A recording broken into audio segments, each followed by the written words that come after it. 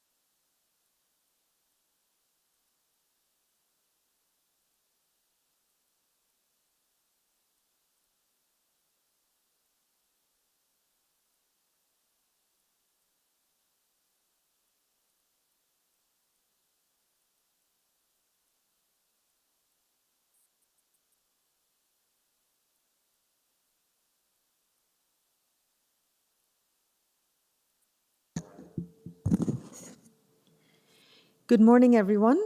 Welcome to the City of Toronto Committee of Adjustment.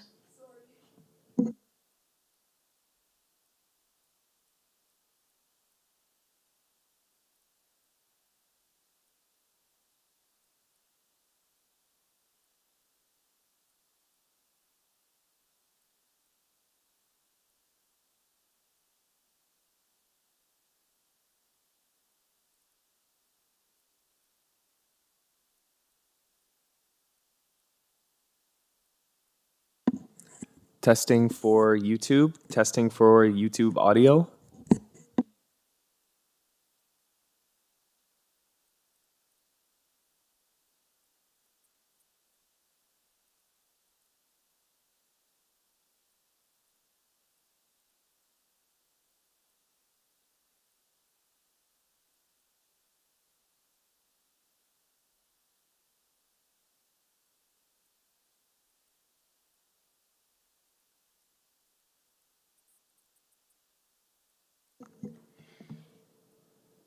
Good morning, everyone. Welcome to the City of Toronto Committee of Adjustment, Scarborough District. Today is July 21st, 2022.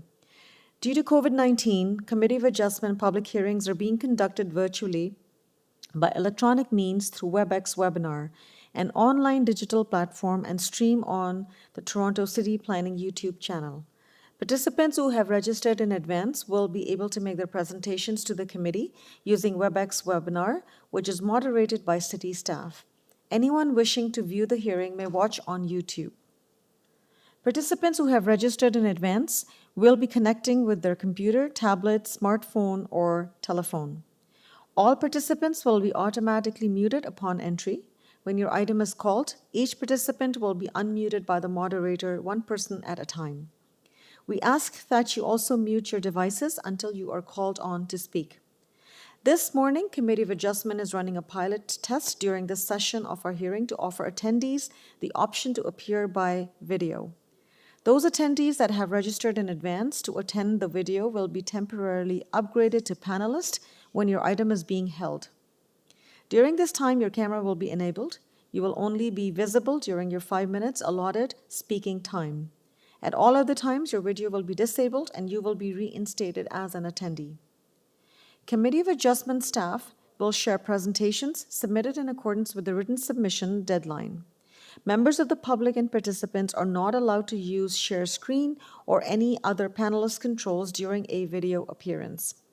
The host will remove you from the panelist role if you fail to respect this instruction. Before we begin, we acknowledge that the land we are meeting on is the traditional territory of many nations, including the Mississaugas of the Credit, the Anishinaabe, the Chippewa, the Haudenosaunee, and the Wendat peoples, and is now home to many diverse First Nations, Inuit, and Métis peoples. We also acknowledge that Toronto is covered by Treaty 13 with the Mississaugas of the Credit, the Williams Treaty signed with multiple Mississaugas and Chippewa bands. In accordance with Section 45 and 53 of the Planning Act 1990 as amended, this meeting of the Committee of Adjustment of the City of Toronto is now called to order.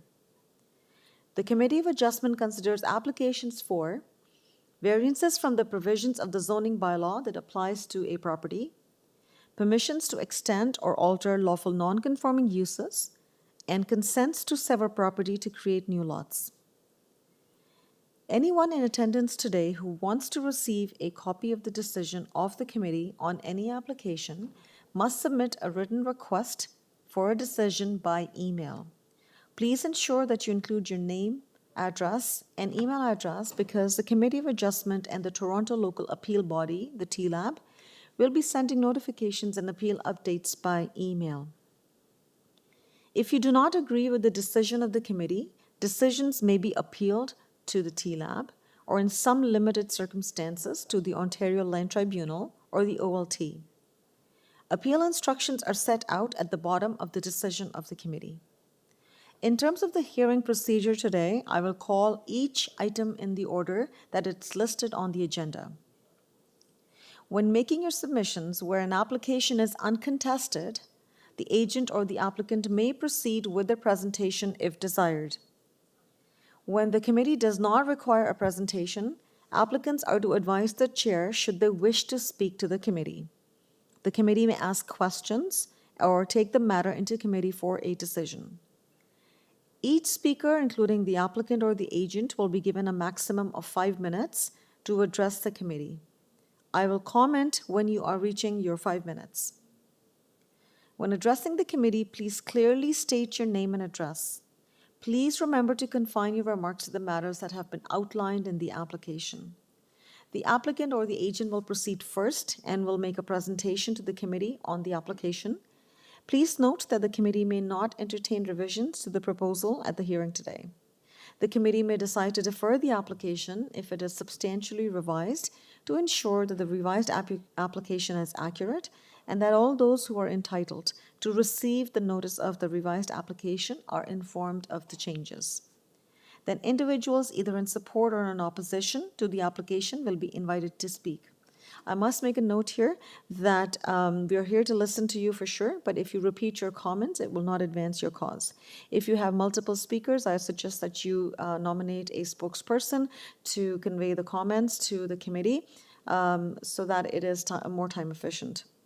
When all speakers are finished, the applicant or the agent has an opportunity to rebut only those issues that have been raised by the speakers. This will mark the end of the discussion. The application will then be taken into committee for a decision. There is only one session today, Mr. Deputy Secretary Treasurer. Through the chair, that is correct. Thank you very much. Mr. Deputy Secretary Treasurer and staff and committee members, are there any declarations of interest of panel or staff for items in this time slot? I see none. All right, thank you. Coming back to you, Mr. Deputy Secretary Treasurer, do you have any requests for deferral for the items on the agenda today? Through the chair, there are 3 requests for deferral for the session. The first one is item number 1 Emmett Avenue. Deferral sine die at the request of the applicant to address concerns identified by community planning and Metrolinx. Thank you. May we please have the agent, Jonathan Biskowski, with us? Thank you. Jonathan, you're with us? Good morning, Madam Chair. Good morning.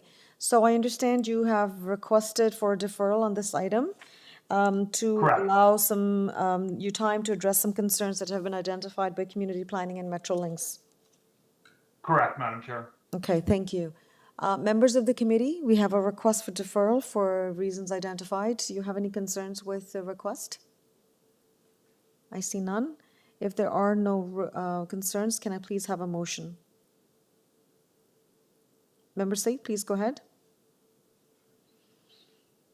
Thank you, Madam Chair. I put forward motion for deferral sine die as requested by the applicant to address concerns of the community planning and Metrolinx. Thank you. And may I have a seconder, please? Member Macaulay, please go ahead. I second that motion for deferral. And all in favor of the motion? Motion's carried and the application has been deferred sine die. For those who had registered to speak on this application, please be advised that this matter has been deferred sine die and you will be notified when the item is back on the agenda in future. Thank you. Mr. Deputy Secretary Treasurer, do we have more requests for deferral? Yes, the second deferral request is item 6, 25 Bohm Avenue. It's an amended application. The applicant has removed variance number 2, which is the driveway width variance, and the deferral request is from the applicant. Defer sine die to address concerns identified by community planning and urban forestry. Thank you. May I please have the agent on this application, Yasu Somalingam? Hello, Yasu. Yes, Madam Chair. My name is Yes, Madam Chair. My name is Yasu Somalingam. I would like to defer this application further. We resolved some issues with the urban forestry and the planning, but still that revised application will be circulated to the community. And as per the committee meeting last Monday, so we need some extra time to circulate this revised drawings to the committee as they request. Thank you, Mr. Somalingam. Members of the committee, any concerns with the request for deferral? I see none. Okay. May I have a motion on this request for deferral? Member Macaulay, please go ahead. Of this application at the applicant's request. And I want to thank the applicant for the amount of work that they are doing to accommodate the issues of the community. May I have a seconder, please? Oh, Mr. Secretary Treasurer has a comment. Through the chair, for the resolution, it should be the application as amended be deferred sine die. Okay. All right. So, Member Macaulay, would Okay, you like to amend? I will recommend deferral of this application as amended, sine die. Thank you. May I have a seconder? Member Taylor, please go ahead. I'll second that motion, Madam Chair. Thank you. And all in favor of this motion? The motion's carried and the application as amended has been deferred sine die. And for those of you who have registered to speak on this, please note that the application has been deferred. When the application is brought back to the committee, you will be duly notified. Thank you. Mr. Deputy Secretary Treasurer, more requests for deferral? The last deferral request for today's meeting is item 7, 3 Grayley Avenue. Deferral sine die at the request of the applicant to address concerns identified by community planning. Thank you. May I please have the agent, Mr. Kevin Washington? Oh, he's not there. Okay, all right. I've been advised that Kevin Washington has not signed in. Members of the committee, do you have any concerns with this request for deferral? I see none. All right. Can I please have a motion? Member Said, please go ahead. Thank you, Madam Chair. Even the applicant or the agent is not there. We have received the written request for deferral sine die. So, Madam Chair, I put forward motion for deferral sine die of this item number 7, allowing the time to address concern identified by community planning. Thank you. And may I have a seconder, please? Member Taylor, please go ahead. Yes, Madam Chair, I will second that motion. Thank you. And all in favor of this motion? The motion's carried and the application has been deferred sine die. Thank you. Mr. Deputy Secretary Treasurer, any more requests for deferral? Through the chair, there are none. Thank you. All right, so we are going to now come back to the agenda. We have addressed or dealt with all. Member Said? Madam Chair, can I have an interruption for a second? Sure. Actually, we are missing agenda item number 2, the approval of the minutes. Thank you very much. That's a very good catch. Thank you. That's teamwork for sure. All right, I certainly missed that. Okay, so the committee has received minutes of the last meeting. I would like to have a motion on confirmation of the minutes of the last meeting. Member Said, go ahead. Thank you, Madam Chair. I put forward motion for approval of minutes of last meeting dated June 23rd. Thank you. And may I have a seconder? Member Gary, please go ahead. Yes, Madam Chair. I second that motion to adopt the minutes of the last meeting. I've had a chance to go through them. Thank you. Thank you. And all in favor of this motion? And the motion's carried and the minutes of the last meeting have been confirmed and adopted. Thank you very much, Member Said, for that reminder. Okay, I think I've dealt with all the items now, and we can now start the vetting of the agenda. All right. So going to the first item that's on the agenda, that's item 2, as item 1 was deferred. So we're going to start with item 2, 432 Midland Avenue. There is a speaker who has registered to speak with us. So Through the chair, that speaker is not registered. Huh? That speaker is not registered, Oh, that not present. was not present? So you can deal with the item. We can deal with the item? Okay. Yes. Perfect, thank you. So I've been advised by staff that the neighbor who had registered to speak has not signed in, so we can deal with this item now. So committee members, this is item 2, 432 Midland Avenue. Do you have any questions or concerns with this application? Okay, can we have the agent Jonathan Biskowski, please? Can we have Jonathan online, please? Thank you. Good morning, Madam Chair. Good morning, Jonathan. Jonathan, so we're dealing with this application. As you heard, the neighbor who had registered to speak is not present today. So members of the committee, any questions for Jonathan? I see none. Jonathan, any comments or remarks? Again, semi-detached dwelling on Midland, which is considered a main street. It really kind of sums up the application. Okay, thank you very much. Members of the committee, if there are no questions or concerns, can I please have a motion on this application? Member Macaulay, please go ahead.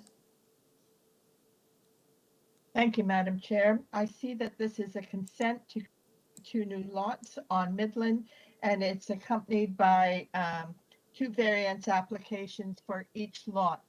I have considered the applications.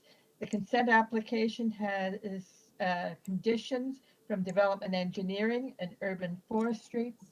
I believe that the consent application is appropriate, meets the requirements of the Planning Act. The variances are to effect the consent application. I similarly believe that the variances are minor and allow dwelling units to be built on each lot. Therefore, I recommend approval of consent application B00722SC and the 2 variance applications A0034, A0035. And as stated, the consent application is subject to conditions of development engineering and urban forestry. Thank you. Before I proceed to ask for a seconder, I just want to check with Mr. Biskowski. Jonathan, do you have any questions or concerns with the conditions? I do not, Madam Chair. Okay, thank you very much. May I now ask for a seconder on this motion? Member Taylor, please go ahead. Yes, Madam Chair, may I suggest to Member Macaulay a friendly amendment to include the standard conditions of consent in addition to those requested by engineering and construction services? Member Macaulay? Certainly, no problem. Okay, thank you. On that basis, I'm pleased to second that motion, Madam Chair. Thank you. And all in favor of this motion? The motion's carried and the applications, the 3 applications for 432 Midland Avenue have been approved, subject to conditions. Thank you. We now Thank you. move. Thank you. We now move to item 3. Item 3 is, I don't see there are any registered speakers, so item 3 is for 5 McIntosh Street. And can we have the agent, Jonathan Biskowski, please? Thank you, Jonathan. Hi, Madam Chair. Madam Chair, I would just like to thank the committee for accommodating requests I made to have these heard first thing, as I do have a commitment this afternoon. So I would just like to thank the panel as well as staff for accommodating a request. Okay, thank you very much. Yes, we did understand. We understand that you had another hearing today. Okay, so Jonathan, we have your application for consent and the 2 associated minor variance applications. We have a memo from Engineering Services. They provided us with a supplementary agenda indicating lane widening condition as well, a requirement as well. And we also have conditions from Urban Forestry. Do you have any concerns with this, with the conditions? No, Madam Chair, we submitted a revised draft R plan indicating the widening of the rear portion. Okay, all right. Members of the committee? Any questions? Any comments? Member Said?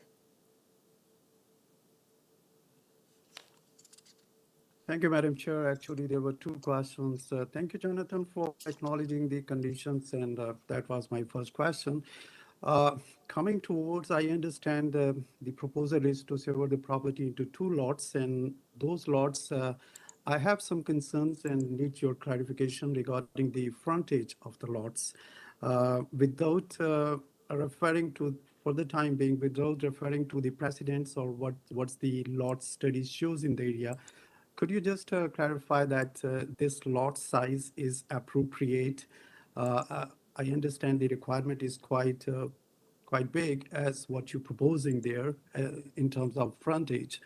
I just need to hear about your comments on that. Yeah, I did provide a lot study indicating the subject block along McIntosh.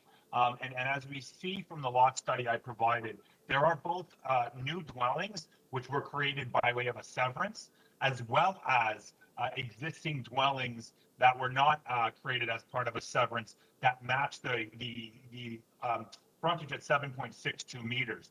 So of the 17 lots on this subject block itself, 10 are existing today at 7.62 meters. So in terms of the prevailing as well as maintaining the character of the street already contains basically 58% of the lots at 7.62 meters.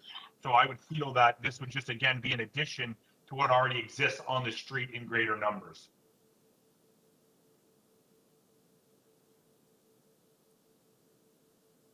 Okay, Member Seith, are you satisfied with that response? Yeah, thank you, Madam Chair. Yes, the speaker is right to an extent because the prevailing character of the streets goes for that number. Although apparently it's half of the requirements, but I'm okay with that, and thank you very much for that response. And I'm willing to support that application if that's the case. Okay. Thank you. Thank you, Member Said. Okay, so if there are no further questions, can I please have a motion? Member Said, please go ahead. Thank you, Madam Chair. I put forward motion for approval of item number 3, which is a consent application B0068/21SC, subject to the standard condition of consent, engineering recommendations and conditions that was urban forestry condition number 2 and 3. Okay, thank you. May I have a seconder to the motion, please? Member Taylor? Yes, again, friendly amendment request for Member Said. The condition 3 of urban forestry, they've actually requested that be ×2. And there's also conditions requested by engineering and construction services. So I would be pleased to second Member Said's motion if he were to agree to modifying his motion to the effect that I've just stated. Member Said? Certainly, I agree with that. That's a further elaboration of the condition. So I am okay with that. Member Then, Taylor? Madam Chair, I second the motion. I second the motion, Madam Chair. Thank you. And all in favor of this motion? The motion's carried and the applications, the consent and minor variance applications for 5 McIntosh Street have been approved, subject to conditions. Thank you. Thank you. Okay, next item on the agenda, item 4. Item 4 is for 215 Gray Abbey Trail, and we have few registered speakers on this application. So we will hold this item down and come back to it for further discussion. 215 Gray Abbey Trail is being held for further discussion. Item 5, 20 Falling Brook Crescent. Is the agent Brendan Charters online? Thank you. Brendan, are you Yes, with I am, us? Madam Chair. Okay, good morning. Yes, I'm here. Good morning. How are you? Very well, thank you. So Brendan, we have your application before us. Are you aware of the community planning staff report, which has recommended that should the committee approve this application, that it be tied to the site plan and elevation plans? Yes, Madam Chair, we had extensive conversations and communications with TRCA, ravines and natural features, as well as community planning on this application, and we are aware of those requested conditions, and we do not have an issue with those. Thank you. Should this be approved. Thank you. And you're also aware of the fact that TRCA permit is required? We are aware of that, yes. Okay, thank you. Members of the committee, do you have any questions for Brendan on this application or any comments? Member Said? Question to Mr. Brandon. Variance number 2, which says that this the variance which I am looking at, it says its dwelling is 3 stories. So is this a 3-story including the basement or excluding the basement? So it doesn't include the basement in a calculation of stories. What it does is it includes, and my apologies through you, Madam Chair, it includes the main floor, the second floor, and the area within the attic roof. as the third story. There are 20 similar houses that have come before the committee within the last 10 years, which have been approved in the same vein within 500 meters of the subject site, all being 3 stories in total height. And that was an element, and actually one at 4 stories. And that was an element that was reviewed and discussed with community planning, and they agreed that it is in keeping with the character and development within the area. Are you okay, Mr. Said? Any follow-up questions? Thank you, Madam Chair. Okay, Thanks. thank you. If there are no further questions or comments, may I request the committee members for a motion on this application? And the applicant is aware of all the conditions and has no concerns, as recommended by staff. Motion, please. Member Macaulay, go ahead, please. Thank you. I recommend approval of this variance. I think it is a minor variance. It meets all the tests. And I attach the condition that it be built substantially in accordance with figures 1 and 2 as proposed by community planning to ensure that the building is built as we have seen it. Thank you. May I have a seconder, please? Member Taylor, please go ahead. I'll second that motion, Madam Chair. Thank you. And all in favor of this motion?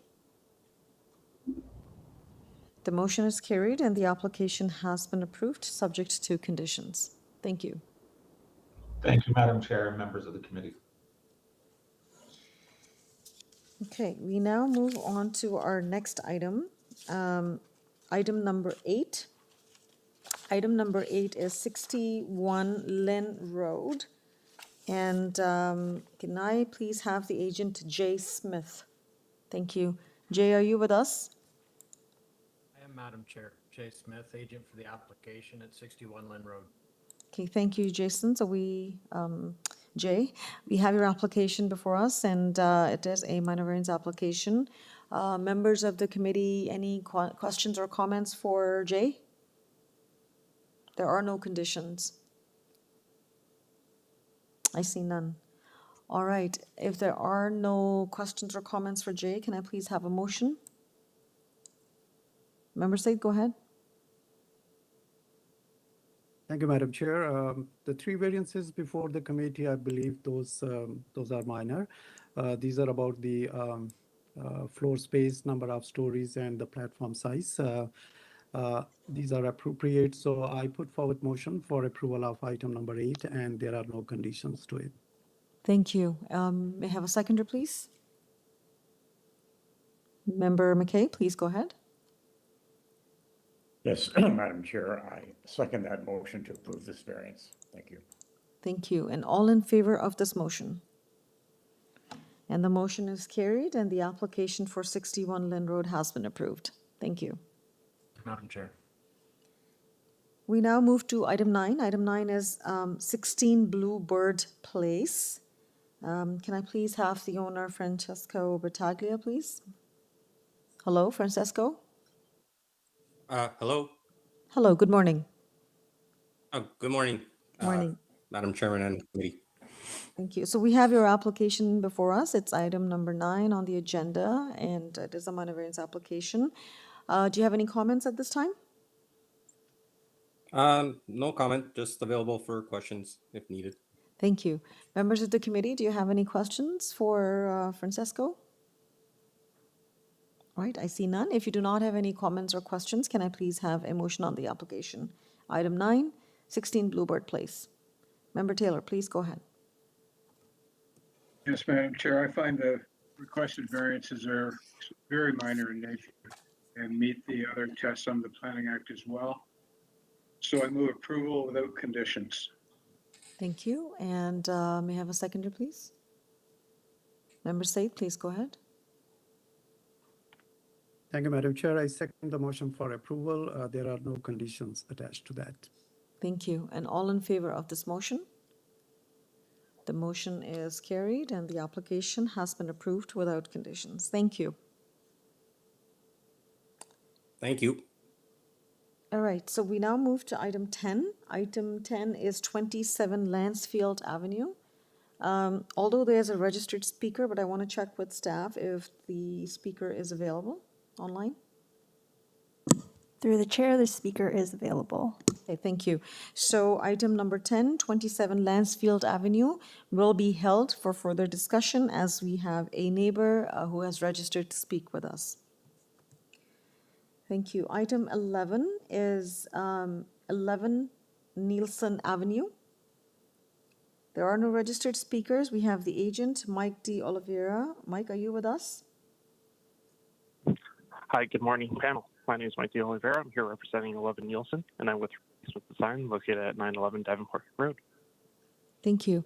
So we have your application before us for a minor variance application, and there are conditions from Urban Forestry. Are you aware of them, and then do you have any concerns with the recommended conditions? No, we are aware of them. We're okay with that condition. Okay, thank you. Members of the committee, any questions for Mike? Member Said. Thank you, Madam Chair. Mr. Mike, variance number 3, the height of the front or rear main walls, which is you are proposing, which is more than 9 meter.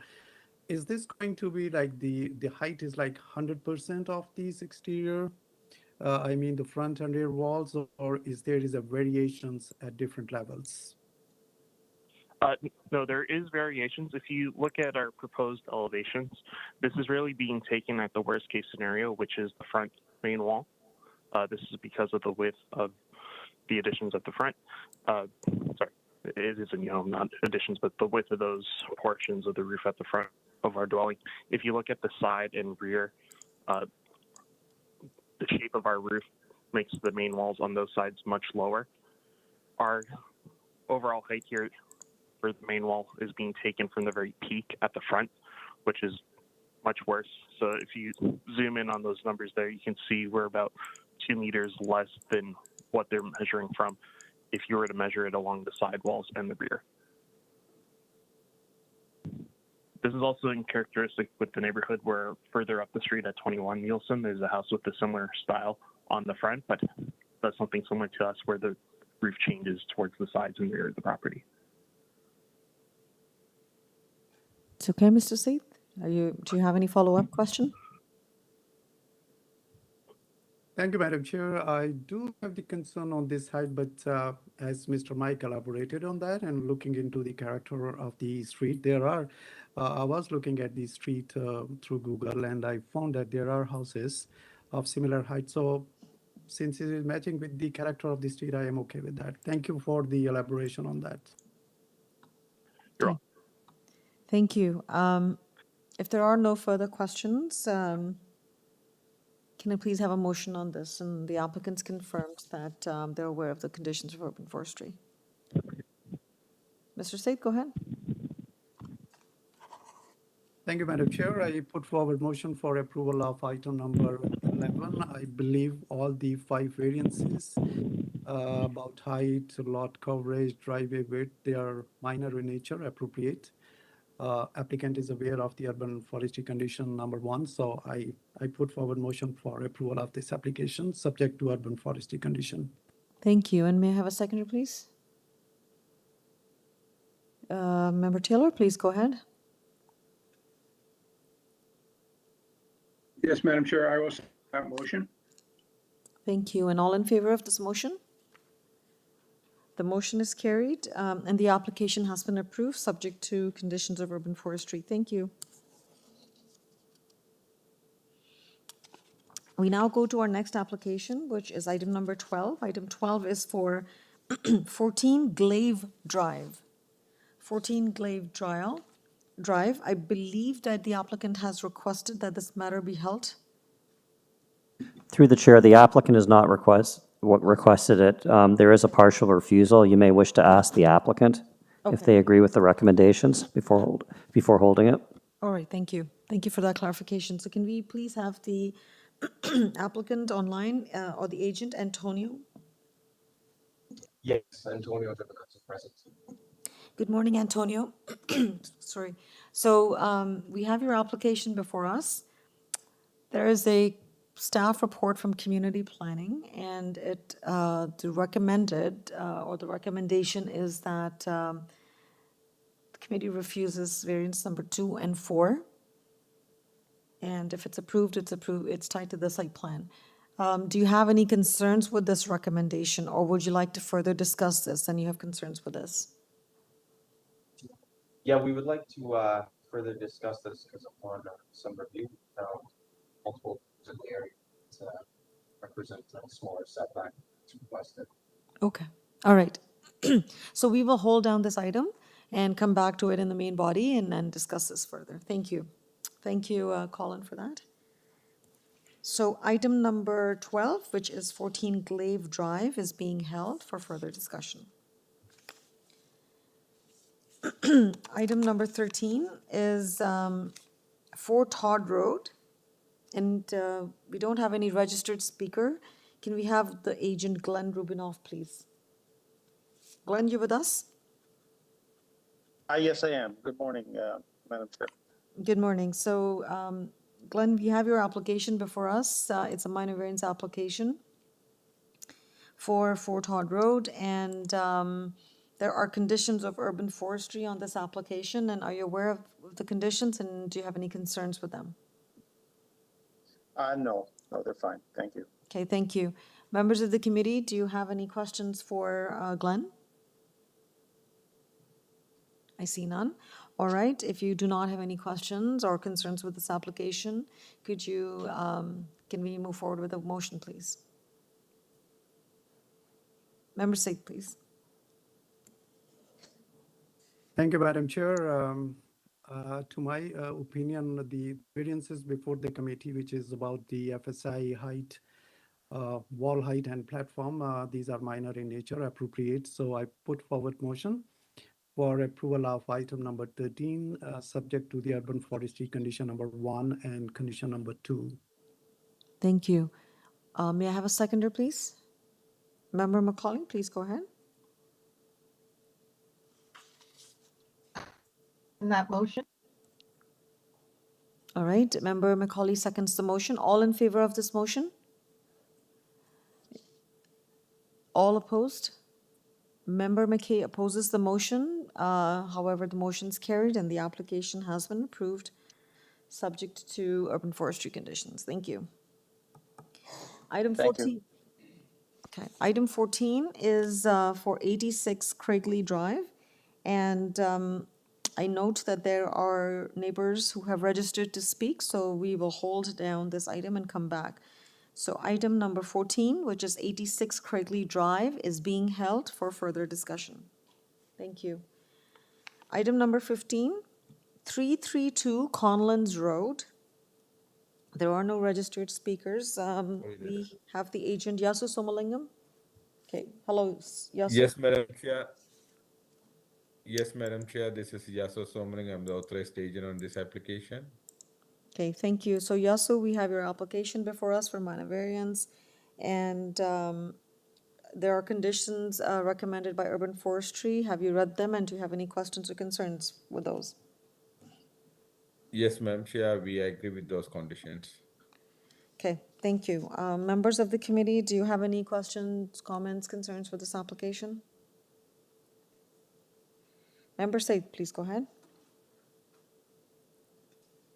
Thank you, Madam Chair. Mr. Yasu, I have concerns both about building length and building depth, which you are proposing, which is many times exceeding, which is the requirement. So I just want to know how you feel this is a minor variance.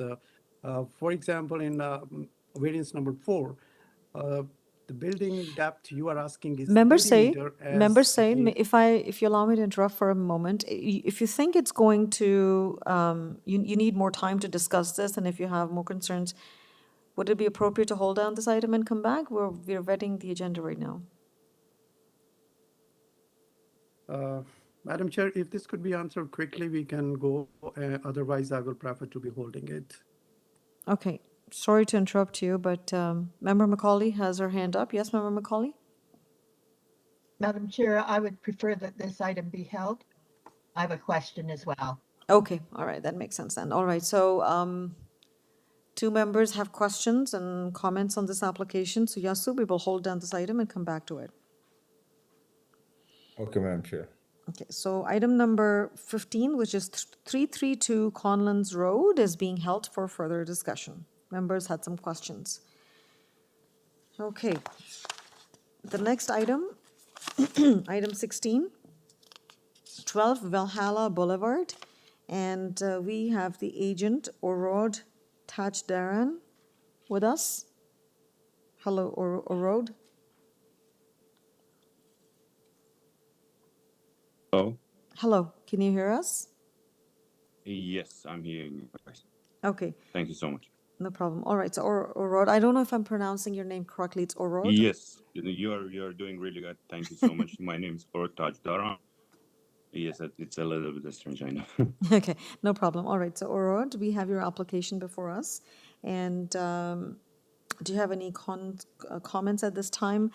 There are two conditions that have been recommended by Urban Forestry. Do you have any questions about those or concerns with those recommended conditions?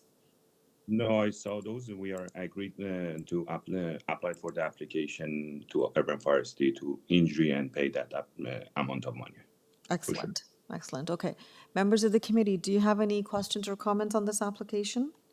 This is item 16, 12 Valhalla Boulevard. I see none. All right. So if there are no questions or comments at this time, can I please have a motion? Item 16. Member Taylor, please go ahead.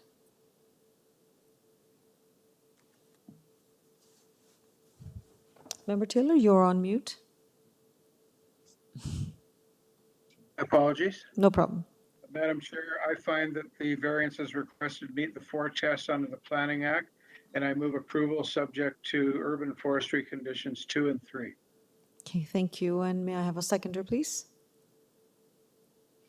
Member McKay, please go ahead. Yes, I second that motion to approve with those conditions. Thank you. Thank you, Member McKay. All in favor of this motion? The motion is carried and the application has been approved subject to conditions. Thank you, Rod. Thank you. Bye. Okay. We now move to item 17. Item 17 is for 54 Moraine Hill Drive. And there are no registered speakers, but we have the agent Edward Bagaj. Hello, Edward. Hello, Madam Chair. Okay. Hello, board members. All right. So, Edward, we have your application before us, and I do not see there are any conditions from any department or agency. Members of the committee, do you have any questions for Edward? Member Said, please go ahead. Thank you, Madam Chair. Mr. Edward, just clarification seeking. Is this a shared driveway? What do you mean shared driveway? No, it's a individual. So it's only for the house, if you mean like that. It is not a shared What driveway. I'm saying is that it's not a shared drive. Thank you, Madam Chair. If you look at the site plan, it says an existing driveway completely on the subject property.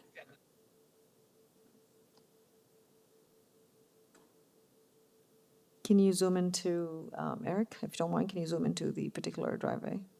There you go. Okay. Does that help, Member Said? That's the one, the one on the bottom, yeah. Thank you. It's a proposed driveway of 5.9 entirely on the subject property. Okay? All right. Member McKay. Yes, Madam Chair.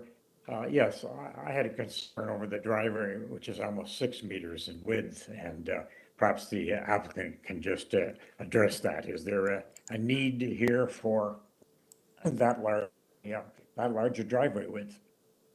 Yeah, they're not a large family, they have a lot of cars, so they need parking. So they're parking on the street, their tickets.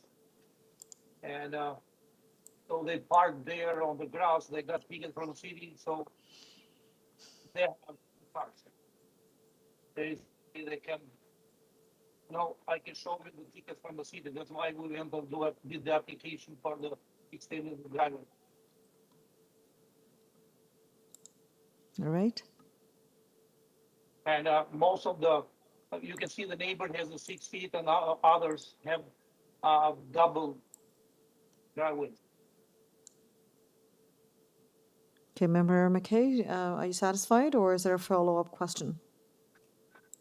Not really satisfied, but no follow-up question, Madam Chair. Okay. All right, Member Said?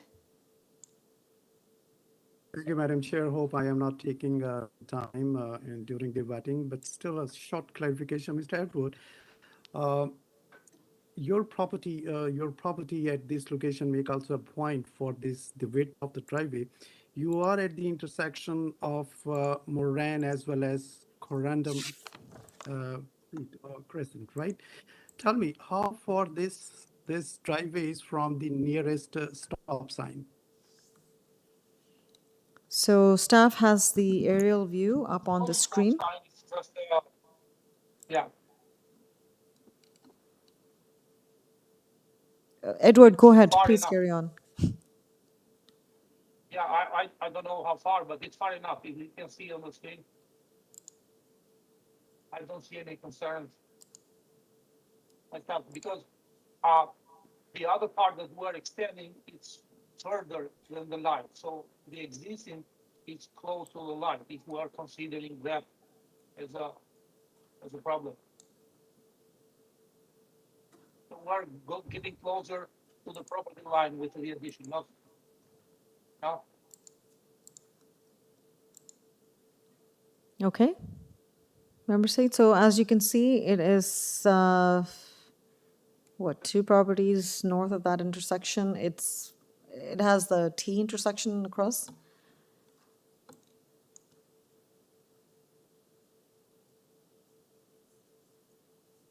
Okay. Would you like to hold this down to discuss this further, or are you satisfied at this time? I'm satisfied, Madam Chair. Thank you very much. Okay, thank you. All right, so members of the committee, if there are no further questions, can I please have a motion on this application? Member Taylor, please go ahead. Yes, Madam Chair, it's my observation that this variance request is prompted by a current and emerging reality that many people that have single-car garages use them for storage, and they're forced to use their driveway to park cars. So any families that have 2 vehicles need a wider driveway. I'm strongly influenced by the fact that this application does not require variance for front yard landscaping, and therefore I'm good with the application. I think it meets the 4 tests, and I move approval without conditions. Thank you. May I have a seconder, please?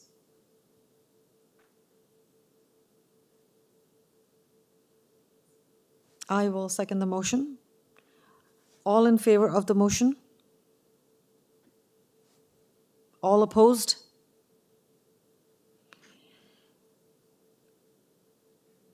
One of the things that I would like to mention to the committee is that if you are leaning towards, and you know, I think we need a little bit more time to discuss applications when you're leaning towards a refusal, so that we give opportunity to the applicant to defend his position. I would be very cautious of making such motions during a vetting session.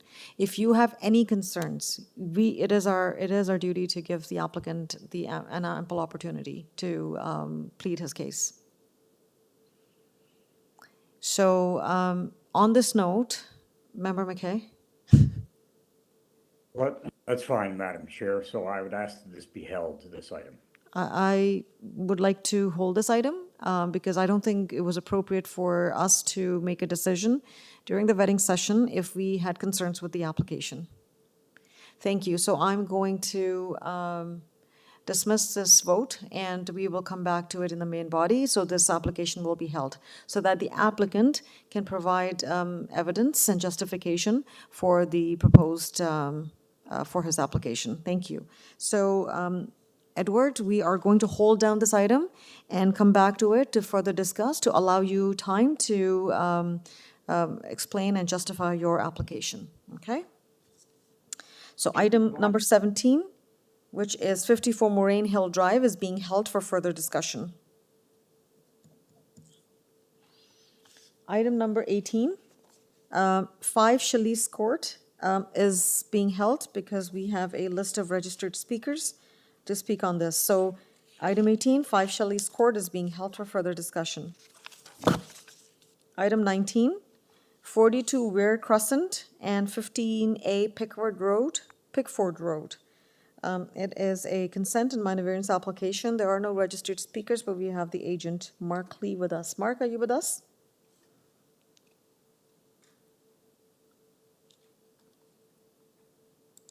Hello, Mark. Hi, this is Mark. Okay, thank you, Mark. So we have your consent application, we have your associated minor variance applications before us. You have you received recommended conditions from Urban Forestry and Engineering Services? Are you aware of them, and do you have any concerns with those conditions being recommended by staff? Yes, we understand. Okay, do you have any comments at this time before I take the matter into committee?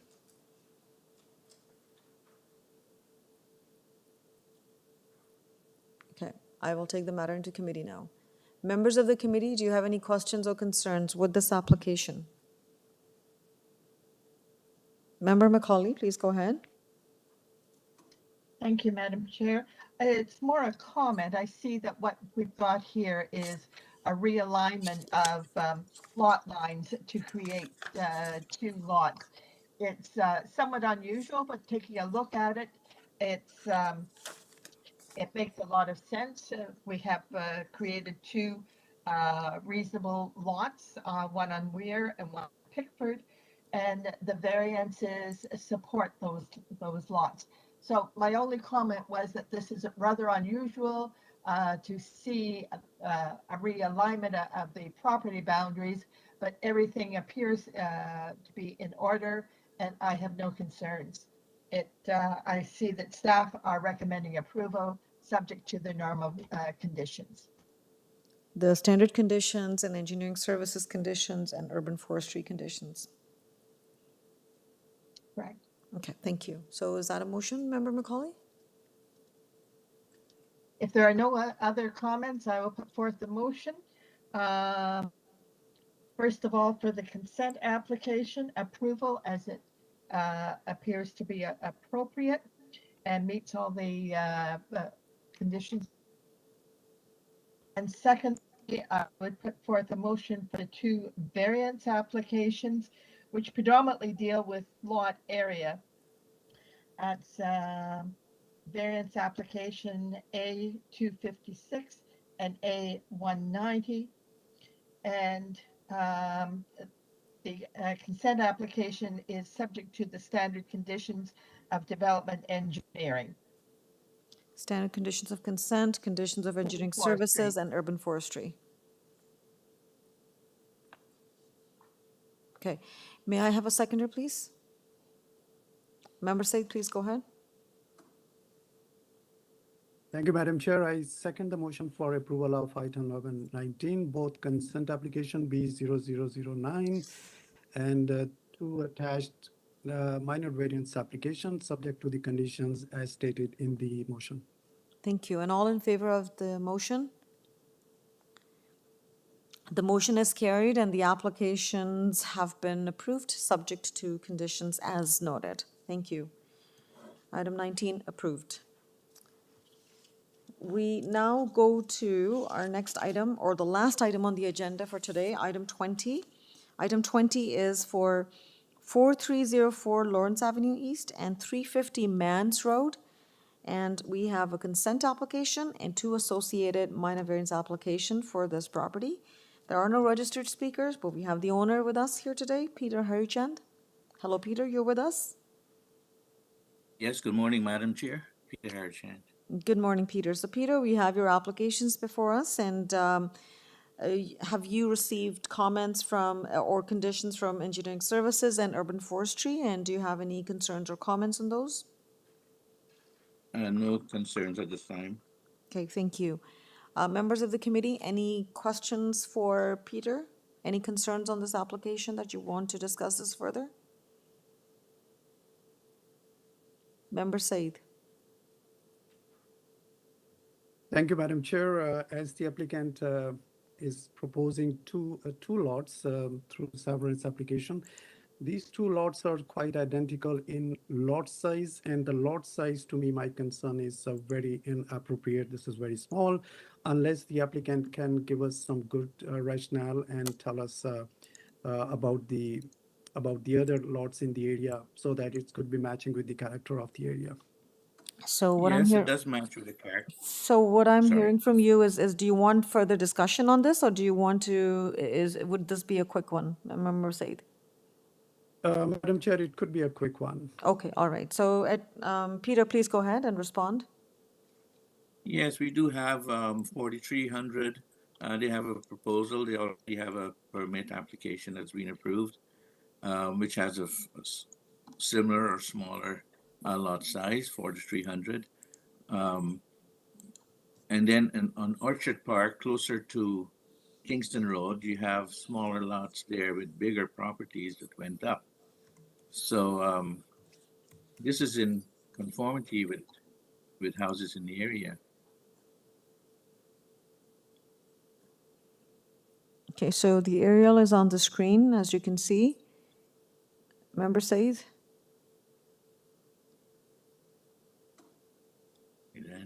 As you can see, it is quite a mix of lot sizes and the fabric. Quite a mix. Yeah. Yeah, it's quite eclectic here. Yeah.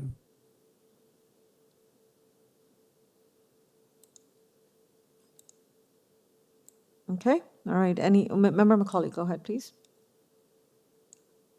Just as we were looking at that, and perhaps to help Member Seard, I noted the other lots on Lawrence Avenue also are somewhat eclectic.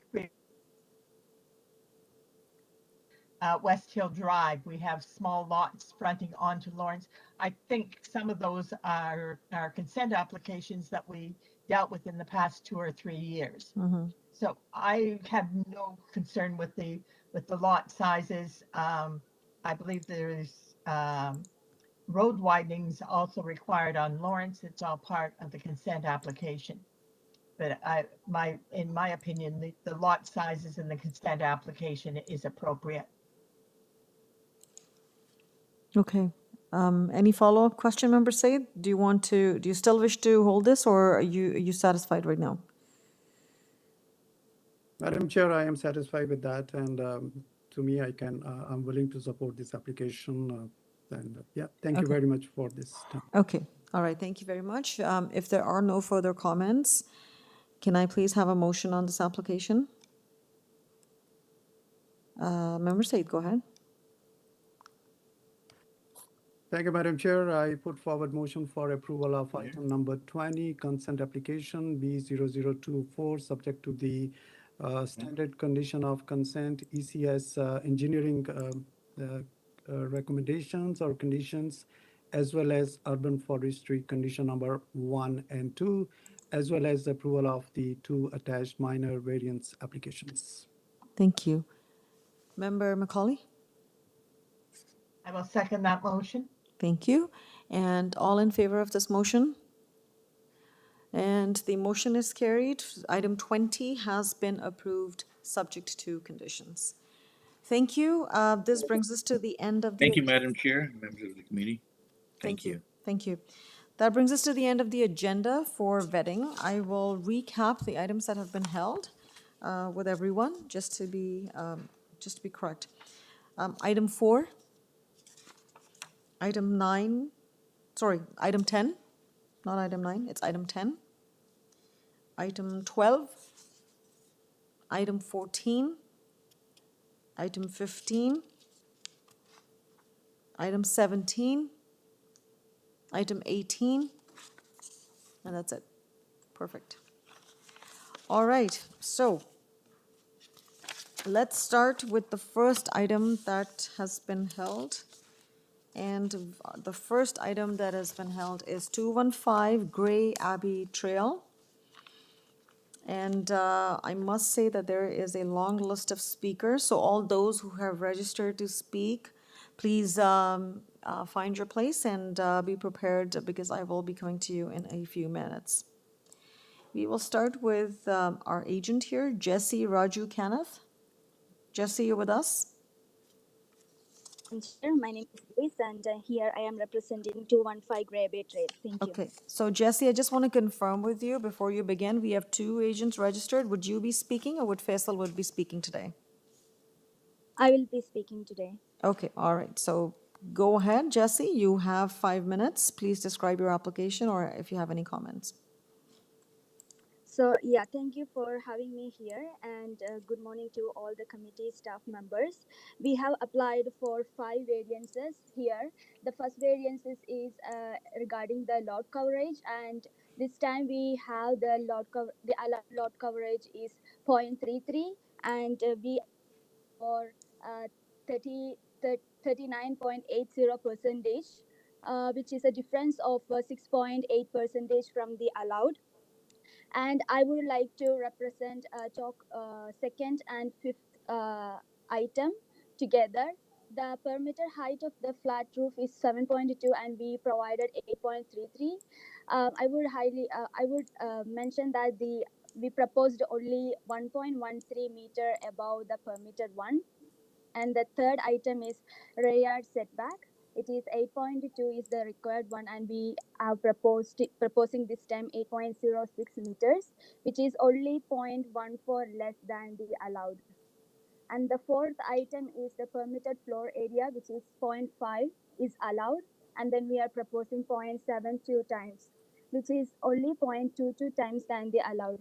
And I would like to mention that we have from 0.77 to 0.72 for the floor area. Moreover, we have a CA staff report on August 27, 2022 for the hearing that was scheduled on September 22, 2022. And in that one, they have evaluated the project proposal as mentioned below. That the proposal is largely within the footprint required by the zoning bylaw 569/2013, but the density figure is high only because of an unusually small lot size. As proposed, the building is generally well scaled in relation to the neighboring 2-story houses and provides adequate front yard setback to continue the rhythm of residential development along Gray Bay Trail. I would be really great if you can show the document on the screen.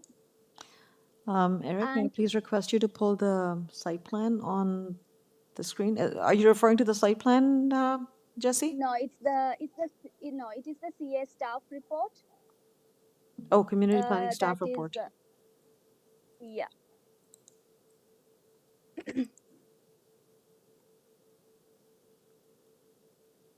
Is there a CP report? There is no CP report. No. It is a there is report that I can see.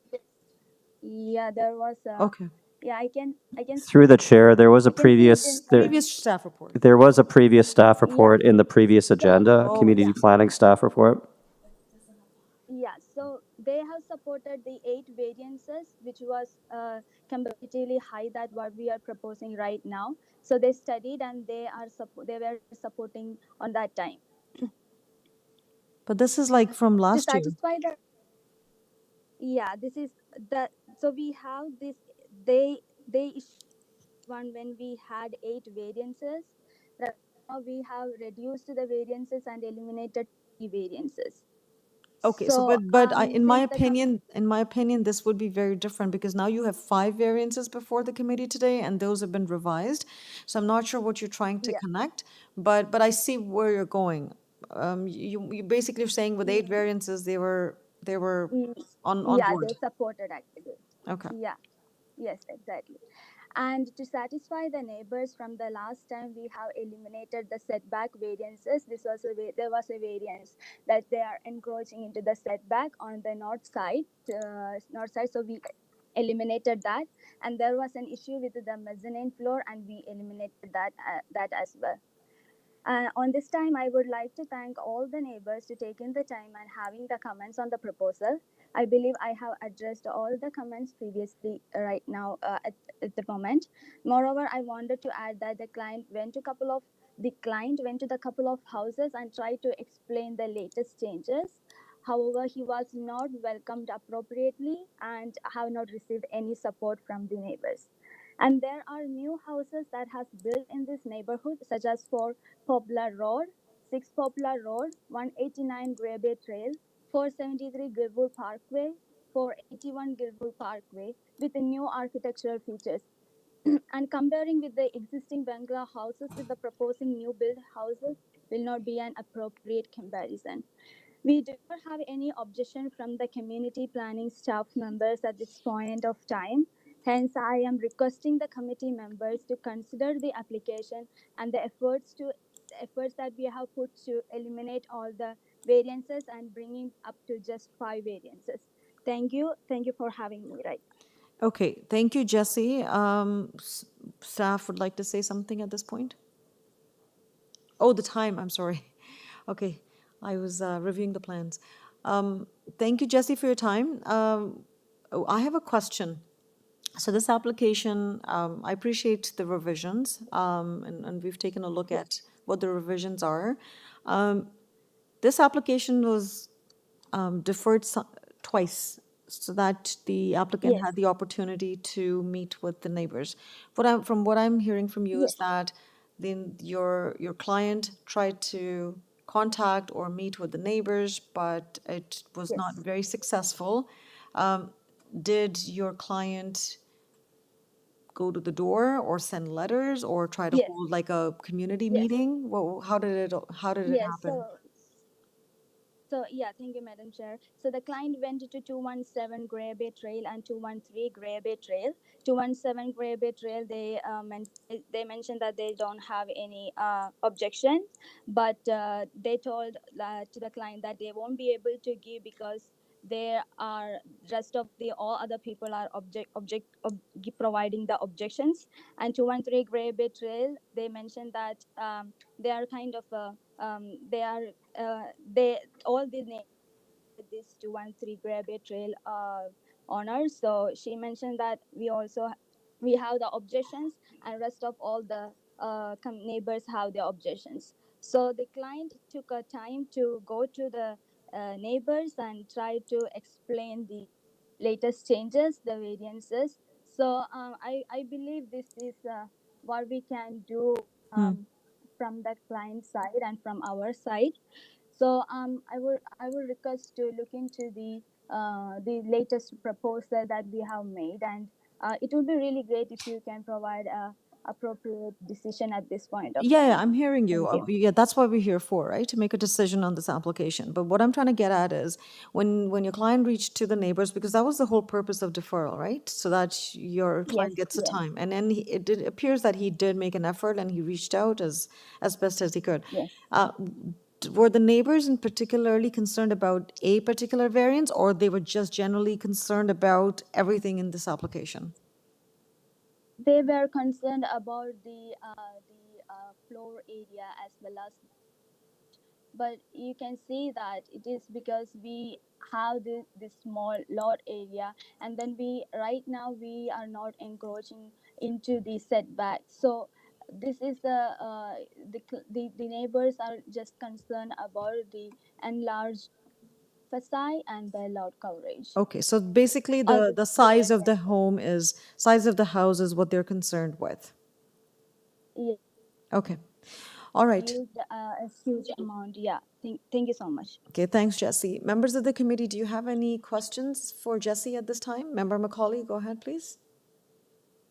I just want clarification from I think they have a rear yard setback variance Yes. where the, okay, so she still has a variance for setbacks. It's a rare setback. We are encroaching only 0.14 meter less than the allowed.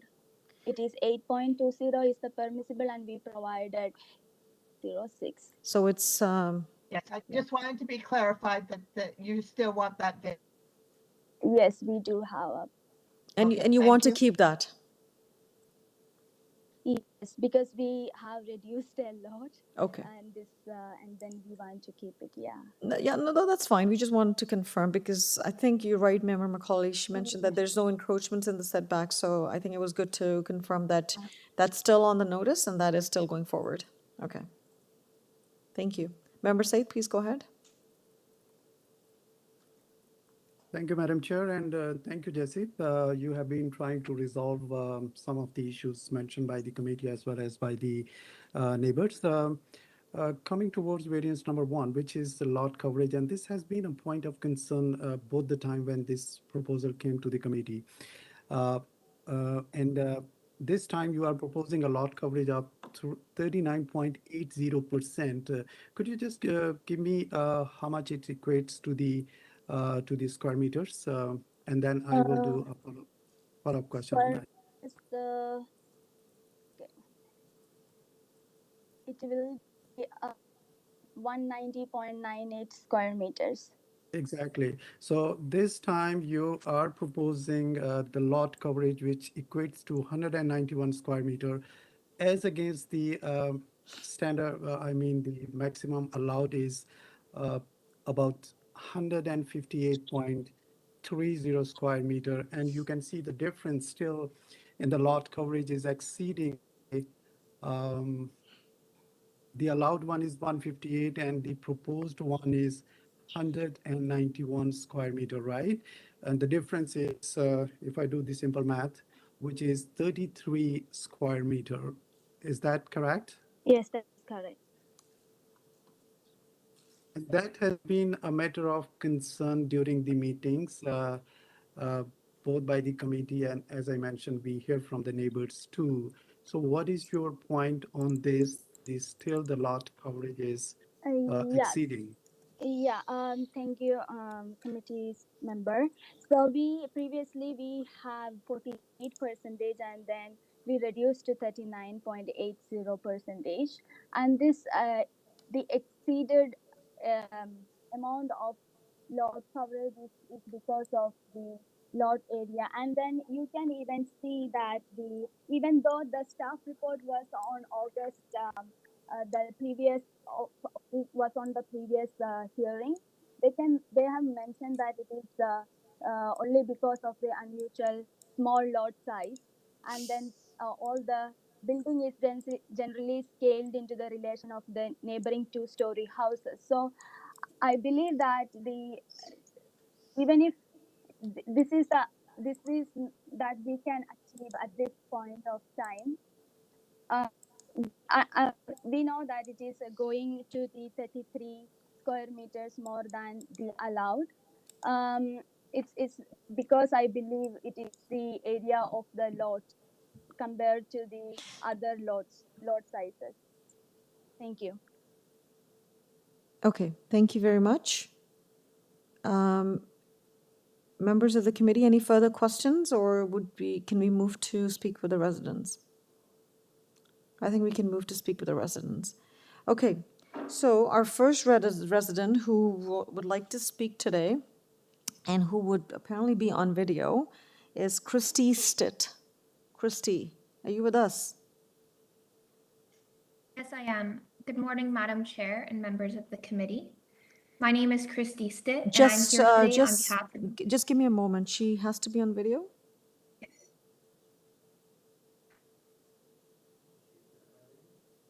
It says yes on the list.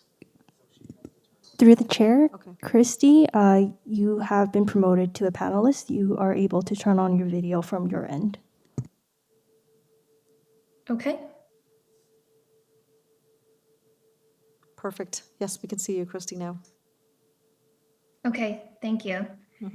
My name is Christy Stitt, and I'm here today on behalf of my client, Gerda Hoonikin. Ms. Hoonikin is the owner of 213 Grey Abbey Trail, which neighbors the subject property to the east. I first want to speak to the applicant's claim that staff previously supported the previous iteration of this application. With all due respect, I think the applicant is mischaracterizing that staff report. The staff report recommends imposition of a condition if the committee in its wisdom approved the application. It never actually supported the application. And as Madam Chair has duly noted, this was a different proposal anyways. And in my submission, it's incorrect to suggest that there was ever staff report support, or there is today. I also have a serious issue with the applicant suggesting they made efforts to reach out to the neighbors as best he could. The purpose for reaching out is to hear the concerns of the residents and to see if they can be addressed in the revised plans. The applicant made zero effort to consult with the neighbors, including further deferment. Quite frankly, the applicant's actions are offensive to the neighbors and not conducive to achieving good planning. My client remains opposed to the proposed minor variance application in its current form. I have filed detailed written submissions on my client's behalf, and I trust the committee has had an opportunity to review those. As such, I will try to keep my oral submissions brief today. The city worked hard to clarify, strengthen, and refine its official plan policies governing neighborhoods, which culminated in OPA 320 and was fully approved by the LPAT as it then was in 2018. I urge you to uphold these strengthened policies today and protect the neighborhood from the proposed development. The variances being requested by the applicant do not conform with policy 4.1.5 of the city's official plan. If allowed, both individually and cumulatively, the variances will facilitate overdevelopment of the site that is out of character and inappropriate for the area. As a neighboring landowner, my client is particularly concerned about the overbearing scale of the development, which is caused by the applicant seeking to exceed the permitted FSI, height, yard setback, and permitted lot coverage. The result is an overbearing mass next to Ms. Hoonikin's property, and she is rightfully concerned that this will cause significant overlook and privacy concerns. I hope that you have had an opportunity to visit this street, because I believe if you have, you will agree with me that the proposed building is not compatible with the prevailing condition of this neighborhood. In addition to failing to conform to the city's official plan, the proposed development also fails to meet the other tests set out in Section 45(1) of the Planning Act. The bylaw provisions are put in place to prevent developments that will not fit harmoniously into the fabric of the existing neighborhood. The type of development that the bylaw intends to prohibit is exactly what you have before you today. And as such, it is my respectful submission to you that the application also fails to meet the purpose and intent of the zoning bylaw. Moreover, the proposed development is not desirable and it is not minor. If allowed, the proposed building will have negative impacts on both my client's property and the neighborhood at large. Thank you for your time. Those are all my submissions. Thank you, Christy, for your submission. Members of the committee, do you have any questions for Christy?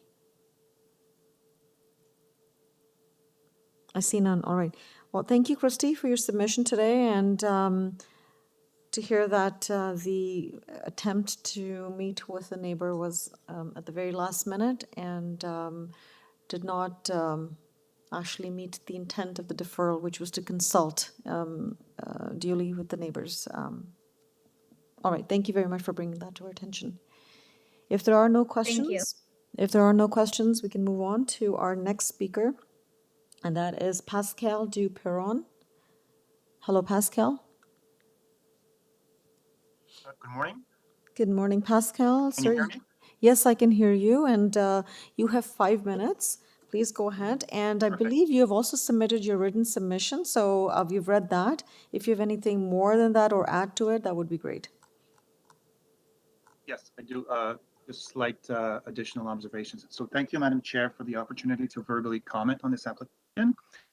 I'd also like to thank the applicant spokesperson for her honest and respectful assessment.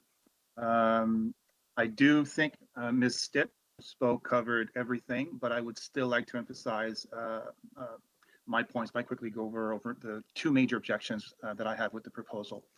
By the way, the same objections that the spokesperson mentioned the community has. So my first objection is regarding the proposed floor area.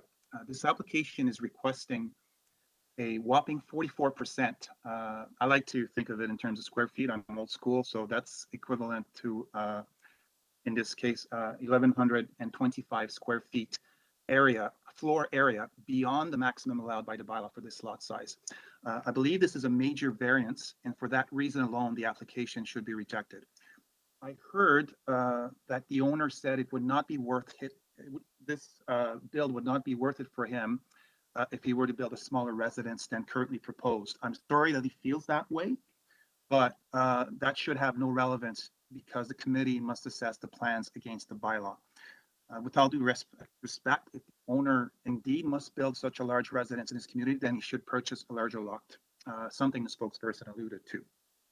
My second objection is regarding the proposed building height. The proposed building height is 16% or approximately 3.7 feet higher than the maximum allowed by the bylaw. This proposal would result in the most obvious variance from other residences in the neighborhood, those that are at the maximum allowed. It is arguably not a minor variance and should not be approved. I also heard that the owner's wife commented that the proposed height excess was no more than the height allowed for a pitched roof. Let me remind everyone that member Macaulay from your committee previously clarified that such a comparison is not valid because a flat roof blocks considerably more sky, and therefore the bylaws take this into account by setting a lower maximum height allowed for a flat roof than for a pitched roof. Down 3.7 feet higher than the maximum height allowed for a flat roof is a considerable variance that would be most noticeable and would set a destabilizing precedent. The way I see this is not a minor variance and is not desirable for this community. In summary, I hope that the committee carefully considers my observations and Ms. Stitt's observations and agrees with me and both of us that the proposed building still has excessive floor area and building height for its lot size based on the current bylaws. The application should be respectfully declined for the reasons stated. Thank you. Thank you, Pascal, for your submission. Members of the committee, do you have any questions for Pascal? I see none. All right. Okay, we can move on to our next speaker on the list, Christine Penny. Christine, you're with us? All right. I'm here. Hello, Christine. So, Am I? yes, we can hear you, and you go ahead. You have 5 minutes, and please provide your submission. Thank you very much, Madam Chair. So, good morning, Madam Chair and committee members. Thank you very much for your time today. I stand by my letter of objection regarding the variances noted, with the one exception and error I noted. Variance 1, 2, and 5 are not minor. Excuse me. I would like to replace number 5 with number 4, the floor area of the home. Being 43.6% beyond the bylaw, it is not minor at all. Other homes in this area have been built and adhered to the bylaws. I appreciate that bylaws can be considered guidance and minor variances do come up. However, pushing the size of the building almost 50% larger than allowed is a direct disregard for the rules and a disregard for the locals who will be directly impacted with less privacy, less airflow, less green space, etc. Bylaws are there for this specific reason. How many times do we need to defend the City of Toronto bylaws in this forum? Due diligence by the owner prior to purchase may have shown that the choice of rebuild to this magnitude would be problematic. September 2021 was the first meeting regarding this application. In total, 62 letters of objection, 2 deferrals granted, which stated in the application details front page, deferrals granted in order to address concerns raised by residents in the neighborhood. And advances to the many contacts have been, no advances to the many contacts have been made in this time frame. As we are now in our 3rd meeting, it is obvious that there is no regard for the existing neighborhood. People come to the neighborhood like Gilbert for its existing aesthetics and become part of the neighborhood, not pushing in and showing direct disregard for others in the City of Toronto bylaws. Renovations and change is normal. However, it should always be done with respect to the existing physical character of nearby properties. I respectfully request that this application be denied by the committee as the variances are not in keeping with the bylaws. Thank you. Thank you, Christine. Members of the committee, any questions for Christine? I see none at this time. Okay. We'll move on to speaking with our next speaker, Robert Harper. And I believe Robert has requested to be on video. Excellent. So, good morning, Robert. Morning. Morning. I don't know how to get my, Staff, would you be able to assist?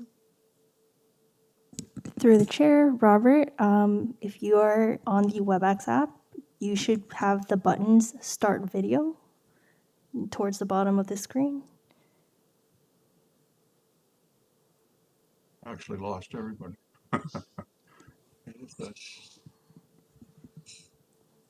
So if you can just Through the chair, if the resident is not, does not wish to appear by video, he can still appear by audio. Yeah, I'll tell you, it may just be better if it's audio. Okay, all right. Although I did want everyone to see how good looking I was. I'll give you another 5 seconds if you can turn on your camera. There's a button that says Start Video. I'm not curious. Now you're curious. Okay, that's okay. You know what? That's okay. In the interest of time, we'll carry on. Okay, so we can hear you loud and clear, and go ahead. You have 5 minutes. Okay, so good morning, everybody. Madam Chair and the committee members. I have some general comments, more than a lot of details. You know what the details are. Some other people today have addressed the details. And so I'm taking another general comments, if you will. I have one correction to make, though. In my letter on paragraph 5, I said that all the above variances contravene the bylaws. However, variants 1, 2, and 5 are definitely not minor. That it should read that variances 1, 2, and 4 are not minor. Okay. It's okay, so it's 1, 2, and 4 are not 1, 2, and minor. 4. Okay. That's right. So I've lived in Gilwood for approximately 50 years, and which is a long time. I've seen a lot of people come and a lot of people go. And after moving from our first home in Gilwood, which was on Withenshaw Wood, I moved and bought and moved 3 other times. I moved on the Navarre Crescent, Gilwood Parkway, and now on 31 Fort Over Drive. And 31 Fort Over Drive is just around the corner from the subject 215 Grey Abbey. And over the years, new people moved into Gilwood. Some built additions, some put on second stories, or maybe just added a garage or maybe a family room, but always building and keeping within the zoning bylaws of the city with design that were appropriate. And this type of development was gradual with a minimal upset to the existing homes in Gilwood. It's plain to see that the proposed build does not incorporate my above examples. It's too big. For goodness sakes, it's too big. The plan is not desirable. It is not compatible with the existing homes in the neighborhood. The planned build is insensitive to privacy of the neighbors. There isn't a neighbor around this home, including us at 31 Fort Over Drive, that couldn't see this new build from their home, for Pete's sake. The scale and spaces are detrimental to the streetscape and character of Gilwood. It would change the jewel. You've heard before, and I mentioned before in some of my letters, that Gilwood is considered a jewel within the city of Toronto. This build would now start to change that jewel because it just doesn't fit. It's too big for the lot size. It's just too big, period. So I'm respectfully asking the committee to decline the subject application for all those reasons stated and the other objections raised at today's meeting by other speakers, and the objections raised with other letters that were sent to and received by the committee. So I that certainly asking the committee to decline the subject application. Thank you. Thank you, Mr. Harper. Appreciate your time.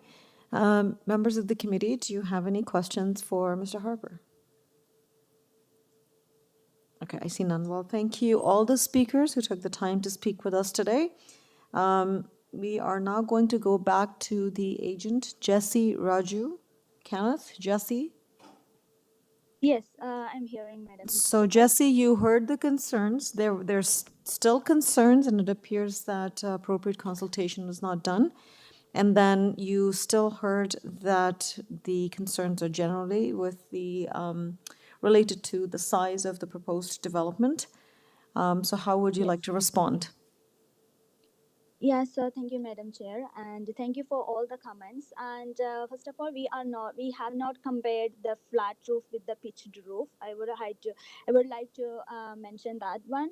And I feel like as kind of a little offended at this point of time in saying that one of the speaker mentioned that we have to purchase another lot, but that's okay. And we are not disagreeing with any rules or regulations. We have tried our best to respect and reduce the variances.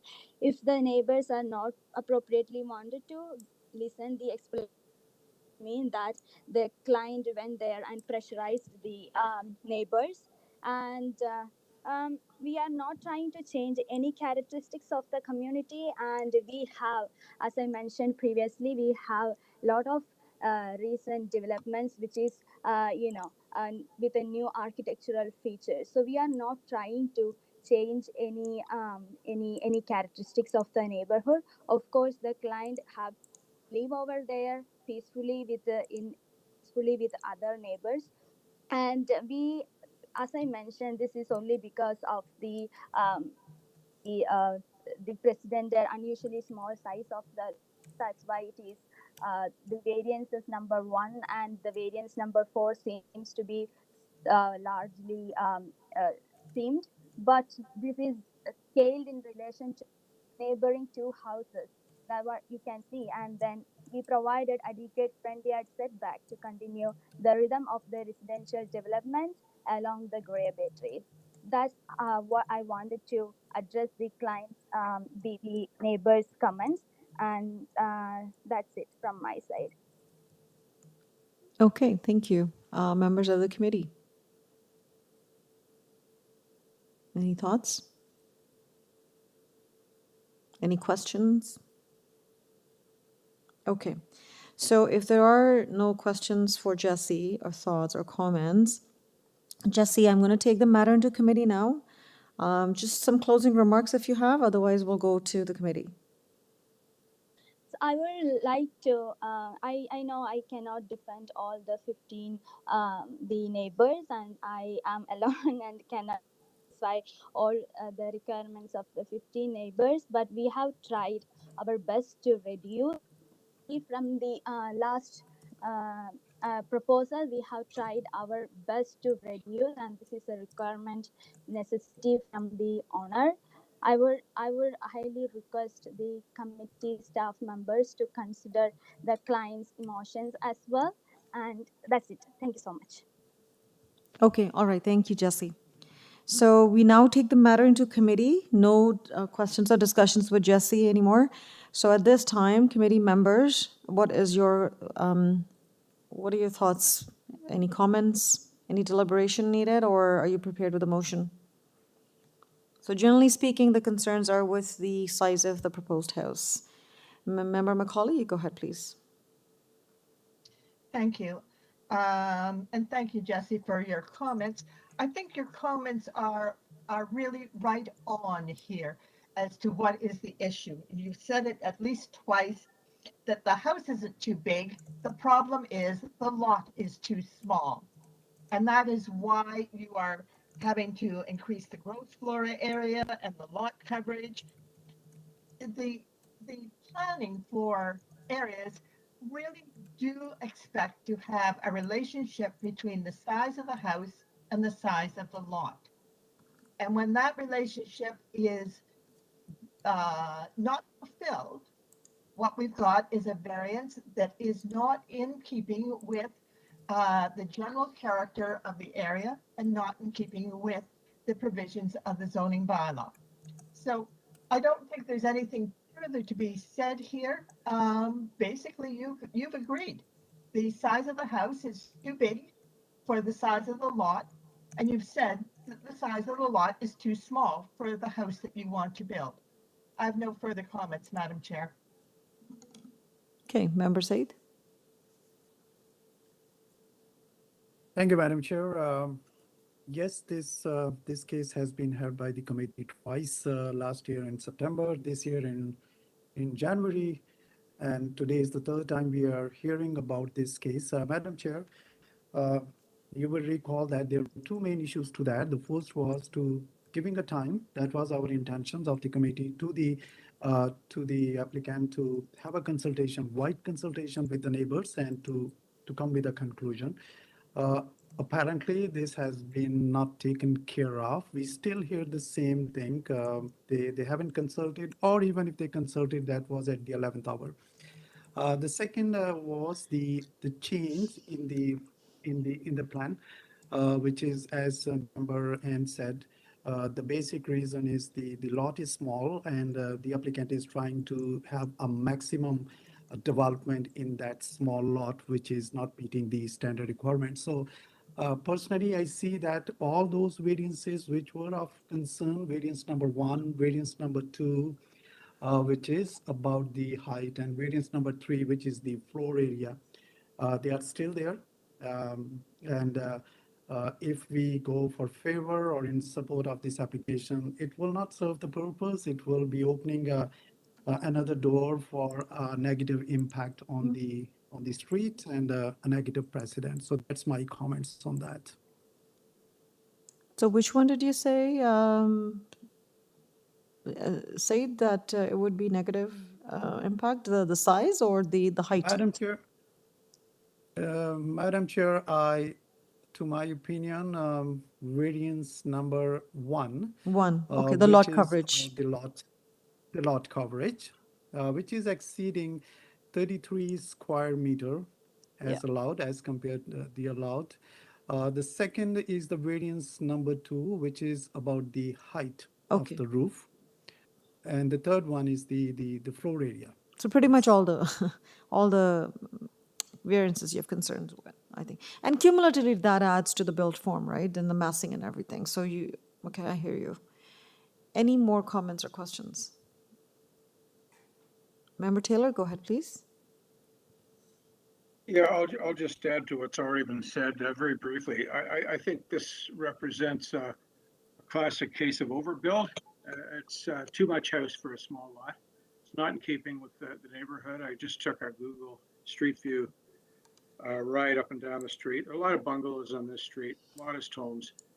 This is a real standout. This is going to be a real exceptional building if it's approved. I think it's my main concern actually is the height. Coverage, yeah, a little bit high.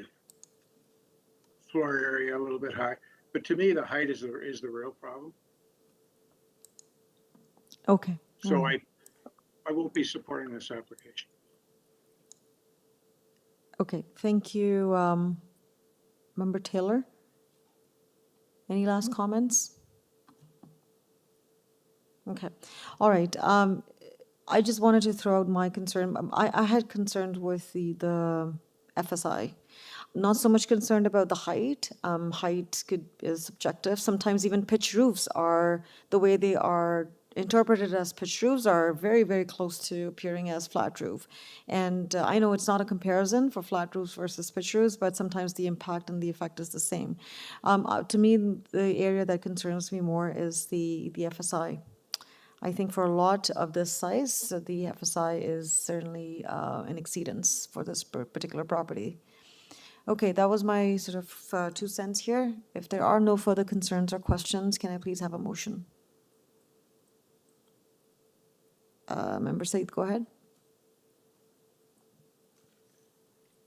Thank you, Madam Chair. As per our discussions in the committee, Madam Chair, we have already considered this application twice. Deferral was done. This is the third time.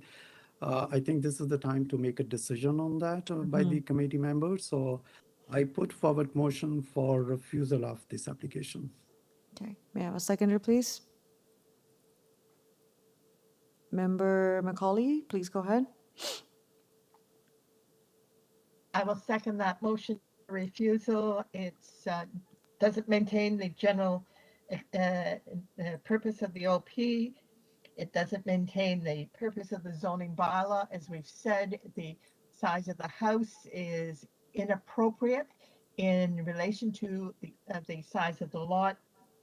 It's not desirable for appropriate development or use of the land, and the 5 variances are not minor. And all in favor of this motion? The motion is carried and the application has been refused. Thank you. Okay, we go to the next item that was held, item number 10. And item number 10 is for 27 Lansfield Avenue. On this application, we have the agent, Chris Zianis. Chris, are you with us? I am. Hello? Okay, Chris. Yes, hello. So Chris, we have your application before us. There are 4 variances to permit a new 2-story dwelling on the property. You have 5 minutes, sir. Would you like to make a presentation, or would you rather dive right into the questions? I can give a brief presentation if you like. Sure, sure. Go ahead, please. So yes, the proposal before you today is for a new 2-story single-family dwelling. We have 4 variances that we are seeking, 1 with regards to lot coverage, 2 with regards to the overall height, and 1 with regards to the main wall height. I have provided some supporting documentation, if you'd like to pull that up. One is an area map showing the neighborhood and some similar approvals for lot coverage, as well as height in excess of 9 meters. If you go to the next slide, this is basically the front elevation showing the red is the allowable, whereas the black and white is what we're proposing, obviously. Just to give a little bit of perspective on it, if you go back 2 pages to the photos, I have the existing condition and the proposed front elevation. With regards to the height and why we're seeking an extra 0.9 meters is because of the topography of the property at the front. As you can see in the existing, the driveway is quite ramped up, as well as the front yard. There's a number of steps up to the front. The grade changes from the sidewalk to the top of the driveway by 1.8 meters, making it very difficult for people to walk up the driveway, push strollers up the driveway, especially in the wintertime. So in our proposed, we are looking to carve out a section of the driveway, flatten it out with the sidewalk to make that an easier travel distance. That being said, because of that, we've now had to slightly move up the ground floor and second floor to accommodate a garage ceiling height that's acceptable. I will also note that the property to the south also ramps down back towards their driveway, which as a result of that pushes the calculation for established grade down below what the actual grade is at the front of the house, which obviously throws the number a bit off when looking at the height. In the last 4 slides, I have some shadow studies to address some concerns from the neighbor at 25 Lansfield to the south. At no time during the year will our proposed house casts a shadow on their property, just given the way the sun rises and sets.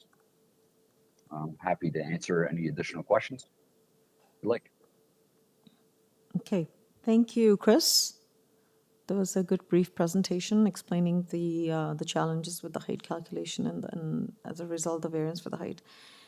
Members of the committee, do you have any questions for Chris? Any comments at this time? Okay, I see none. All right, let's move on to our speaker who is registered to speak with us. Xiaobin Pan. Yes. Hello, good Yes, morning. good morning. Good Yeah. morning. Hello. So, sir, you Yeah, have good 5 morning. minutes Yeah. and you can provide us with your comments. I just want to make a note that we have received your written submission and the committee has read your written letter. If you want to add more or anything new, we're certainly happy to hear from you.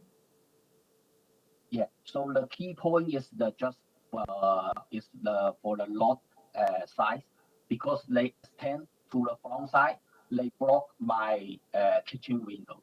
Because before my wife, they stay the kitchen all the time, and they can view all outside the tree, the view. But the overside, the house, I don't know why they extend to the front side and block because they already oversized so much. Against you see the oversized 34%. And the other key point is the lens below is a small quiet street, right? You can see all the house. I think this house will change the whole street, the character. That's all my two key points. Okay, all right. So from what I gather, you have concerns with the fact that the street is quiet and some old housing stock, and I think there are mostly bungalows in this area along both sides of the streets. So just so you know, Mr. Pan, that a two-story buildings are permitted. So what you have on the street today are single-story bungalows, but the bylaw actually allows you or any resident for that matter on that street, any property owner, to build a two-story home. So yes, whoever goes in first definitely will, the change will be the first time, and of course it'll be different from what's there out on the street today. So I just wanted to make, clarify that that is the case. And then you had concerns with the height. So the variance that is being sought is a difference of a meter, I would say, or less than a meter. So as explained, the height permitted is 9 meters and the applicant is proposing 9.98. And the lot coverage goes from 33% to 34.2%, which is 1.42% higher than what's permitted. So I wanted to give you the facts so that you can clearly understand what the proposal was for. Members of the committee, do you have any questions for Mr. Pan at this time? I see none. All right, Mr. Pan, thank you for taking the time to speak with us today. And I will go back to the agent now to provide a response to your questions. Chris. Thank you, Madam Chair. I think you addressed a few of the neighbors' concerns. One with regards to the view that he's going to lose by us moving the proposed house forward. We are still respecting the front yard setback bylaw. We are moving the house forward, but I will also add that the house at 25 will still project 2.75 meters ahead of the front of our proposed house. That's all I have. And perhaps you can, I try to give the facts, and perhaps if you can explain as to why, maybe again summarize why the extra height is being sought. Yes, because of the topography of the driveway, and the way the topography slopes back down towards the property at 25, and how you calculate the actual established grade by using the average height on either neighbor's side. Because of that, the established grade line is below what the actual grade line is at the front of the house. Okay. So that shows in an increase in overall height, right? And like I said, we're really trying to make the situation for the driveway, the garage, and the entrance of the home more accessible. And by doing that, and stacking the livable areas above the garage and having a reasonable height in the garage, all kind of adds up to this increase in the height. Okay, all right. Well, thank you very much for that explanation. Members of the committee, any questions? I see none. Okay. All right, Chris, thank you for your time, and we will take the matter into committee now. Committee members? Thank you. Thoughts, comments? If there are no comments or deliberation required, and if you're prepared with a motion, can I have a motion then? Were there any conditions? I just want to check. Urban forestry.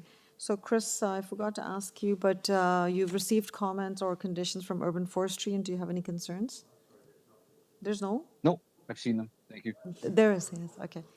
Yeah, okay, all right, so Chris has confirmed that he has seen them and he has no concerns. Okay, so back to you, members of the committee. Can I have a motion now? Member Taylor, please go ahead. Yes, Madam Chair, I think you spoke eloquently to this point, which is that primary consideration is the comparison of the variances to what is permitted as of right. And in each and all of the 4 cases, I'm satisfied the variances are very close to what's permitted as of right. Therefore, they're very minor, and they meet the other tests under the Planning Act as well. So I move approval subject to urban forestry conditions 2 and 3. Okay, thank you, Member Taylor. May I have a seconder, please? Member Macaulay, please go ahead. I second that motion. Thank you, and all in favor of this motion? And the motion's carried. The application has been approved, subject to conditions. Thank you. Thank you very much. Okay, we now go to our next item that was held, item number 12. Item 12 is 12 Glaive Drive. Can I please have the applicant, Antonio? Hello, Antonio. Hello, Antonio. Yes, can you hear me? Yes, I can hear you now. So, Antonio, would you like to make a presentation or go directly to questions or discuss the recommendation from community planning staff reports? I would like to make a presentation. Discuss that. Okay, all right. So you have 5 minutes and your time starts now. Please go ahead. Great, thank you. So the proposed lot at 14 Glaive Drive, it's an existing 1-story bungalow. We're looking to put a 2nd story on it, as well as a main floor garage, as there's currently no attached garage to the existing dwelling. And we currently have 4 variances listed. One would be the north side, the left side setback. The other, the south side, right side setback. We have a size of balcony variance, as well as a parking space variance. So we're looking for relief on these pieces. I provided a presentation material, if that could be pulled up. Page 1 with the map. So planning called into question variances number 2 and 4. Sorry, just saying that. Sorry, Antonio, give me a moment. You mentioned you had some presentation material. Yes. Eric, did you find it? Are you talking about the plans or was there a presentation? What did you submit? No, there was a presentation. Yeah, there was presentation. Through the chair, if the presentation was not submitted by the written submission deadline, we can, it's not included in the agenda package and it cannot be referred to in the Okay. So in the hearing today. Thank you. We can also, we can refer to the plans if the applicant wishes, because that has been submitted and it's in the agenda package. Okay, thanks, Colin. So Antonio, as you heard, The submission was not received, or perhaps it was not received by the deadline? When did you submit it? Yeah, that's fine. I submitted it a couple days ago. They said it was uploaded to the Application Information Center for public. Oh, okay. Just give me a moment, let staff clarify.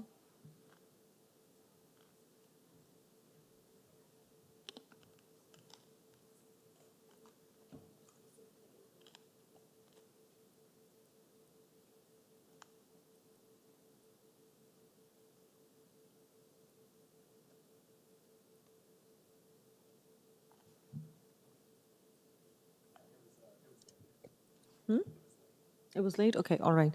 So according to staff, it was submitted late and hence it didn't make it to the package. We're happy to pull up the plans and then you can sort of refer to them if that's okay with you. Yeah, that's fine. Okay, all You right. could So pull up so the, let us know site which plan plans. Do you want the elevation or do you want the site plans? The site plan, please. Okay, thank you. All right, so please go ahead. Yeah, so as you can see, the variance that was called into question was variance number 2 and 4 with planning. We support that, saying that it's too grave of a variance. The required setback is 3.52 meters on that right side, south side, and we're providing a setback of 0.438 meters, or 0.44 meters. So we called this into question. We were reviewing this quite in depth, both myself, the builder, and the client. We reviewed properties in the area, which was shown in the presentation material, in a 150 meter radius from the property. Out of that, so there was 77 properties in that area. 14 of those properties are more than what we are suggesting. So they have a greater setback from less of a setback from the line than 0.44 meters. The bylaw that comes into question there that is causing us to be 3.52 meters back is an exception bylaw, a setback exception bylaw found in chapter 10.5.40.71. And it's speaking with regards to additions to an existing building. And an existing building, the setback on the side lot line is either the greater of 50% of the required setback, which is 0.9 meters, or the existing setback of the existing building, which is 3.52 meters. So you can see why we're being pushed back so far. If we were to demo this building and build from scratch, we would able to be 0.9 meters, not only from the right side, but also from the left side. So we are asking for some relief on this. We did do our best, obviously keeping the neighbors in mind and the view from the street. So there's no windows proposed on the right side at all on the part of the building that's close to the lot line, 0.44 meters away. And it's not an area of the house that will be used at all times during the day, like a kitchen or a living room. It's a bathroom and a walk-in closet on the second story and a single car garage on the story. We also pushed it back from the front yard setback so as not to take up the whole house. So the full depth of the house, which is about 13 meters, it's not running along that close to the side yard setback. It's actually pushed back almost about 50% of the depth of the deck. With regards to that as well, we were looking at different houses in the area, and many houses have carports, many houses have garages that were significantly closer to the lot line on the driveway side, but also on the other side as well. You'll notice, even if you circle around the block and street view, you'll see many houses 2 stories tall, the full depth of the house, and they are quite tight to both sides of the lot line. So we do request some variance and some relief on these points, and like to open to questions. Thank you. Okay, thank you very much. Members of the committee, I know Member Macaulay and another member had a question. Go ahead, Member Macaulay, please go. Yes, to the applicant. I understand that the setback on the south side, which is the most extreme one, is for a second story over top of the garage. And I'm I don't have it in front of me, but I think not only is it the second story, but from that second story over top of the garage, you had a terrace into the backyard. Am I correct? No, no, that's not correct. There's no terrace on the second story. Okay, so the balcony is on the existing house. Yes, the balcony's in the front yard of the existing house. Okay, thank you for the clarification. Okay, thank you, Member Macaulay. So I'm looking at the street view here, and to your point, Antonio, yes, there are carports closer to the property lines. That's quite common on the street. But those are like carports and single-story, sort of covered structures closer to the property line. I see what you're trying to do here. You're trying to take up that area which typically would be occupied by a carport and build a garage there and then build an addition at the top and be very close to the property line. Okay. There's one, no, I think they're all carports on the street. Okay. 26 Blake. 26? Yes. I'll take a look at that as well. Okay, so how would you like to respond to community planning staff report recommendation? We would like to say that again, calling back into question the fact that we're not tearing down the house with the existing main floor. It's still strong, solid in bones, so there's no need to tear that down. It's a quite solid foundation. If we were to build brand new, this would be very much a less variance. We'd be talking going from 0.9 meters to 0.45 or 4 meters. So we would like to call that into question. Okay. All right, thank you very much. I don't see there is any registered speaker here. Members of the committee, do you have any further questions? Member Taylor, please go ahead. Yes, thank you, Madam Chair. And not a question, but a concern. I'm concerned about the legitimacy and accuracy of the public notice. Variance 1 says in the second sentence, the new rear and second story addition will have a north side setback of 1.37 meters. Variance 2, the second sentence, says the new rear and second story addition will have a north side setback of 0.438 meters. Those two numbers are very different and they apply to the same setback. So I'm concerned about our ability to proceed with this one, to be blunt. Oh, you know what it is? You raise a good point. Actually, it's the wording. So the variance number 1 deals with the north side yard and the north lot line.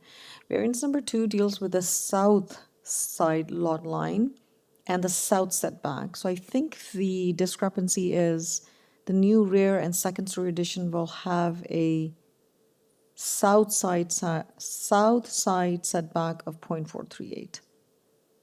Or do you think there's more discrepancy there? Staff, can you confirm that?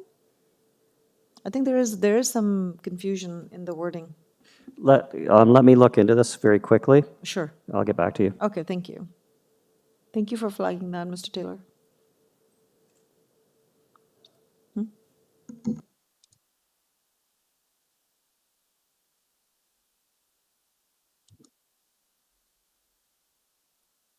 It would help if variance 2 said south, not north, but the fact that it doesn't concerns me. Correct.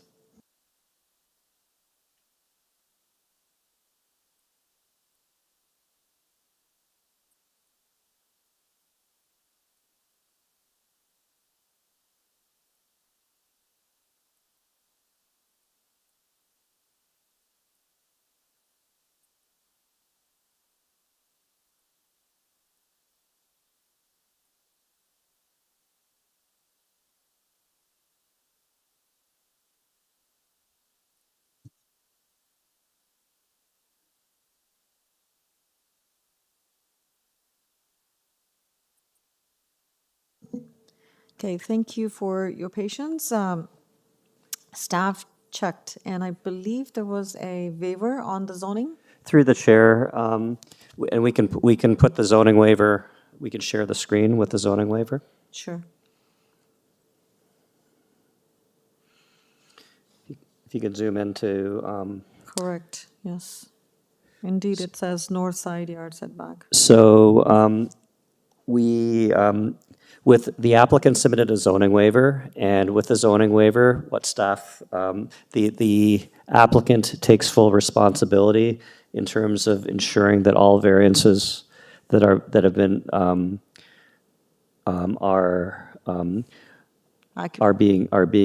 being addressed, and they take full responsibility for that. So for variance number 2, Member Taylor is correct. There is the requirement is for the south side yard. However, it appears that there is an inconsistency in terms of what is being proposed is for the north side yard for variance number 2. So perhaps we can have Antonio respond to it. Antonio, would you be able to please respond to it?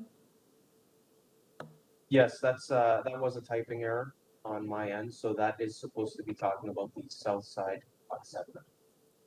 So the proposed for the south side setback only, which is the right side nation, is 0.44 meters. The north side is variance number 1. So number 2 was a typing. So I would like to staff provide some opinion. Through the chair, if that is the case, if it is a typo error, this is not something that could be properly before the committee today because improper notice has been provided. If the applicant does in fact want to vary the south yard's setback, this is not the notice did not request that. So the proper notice has not been given for the south side yard setback reduction. That's correct. Okay. So Antonio, you heard our staff's position. So according to the Planning Act, proper notice has to be given and the variances have to be correct. Unfortunately, in this case, there's a typo and there's inconsistency between the language here. So I think due to insufficient notice, this matter could be deferred. That's correct. It should be deferred to the. So Antonio, I would like to hear your comment on this, please. Yes, I'm fine with that being deferred. Okay. Give proper notice and change that type. Okay, just bear with me for a second. Staff is looking into something.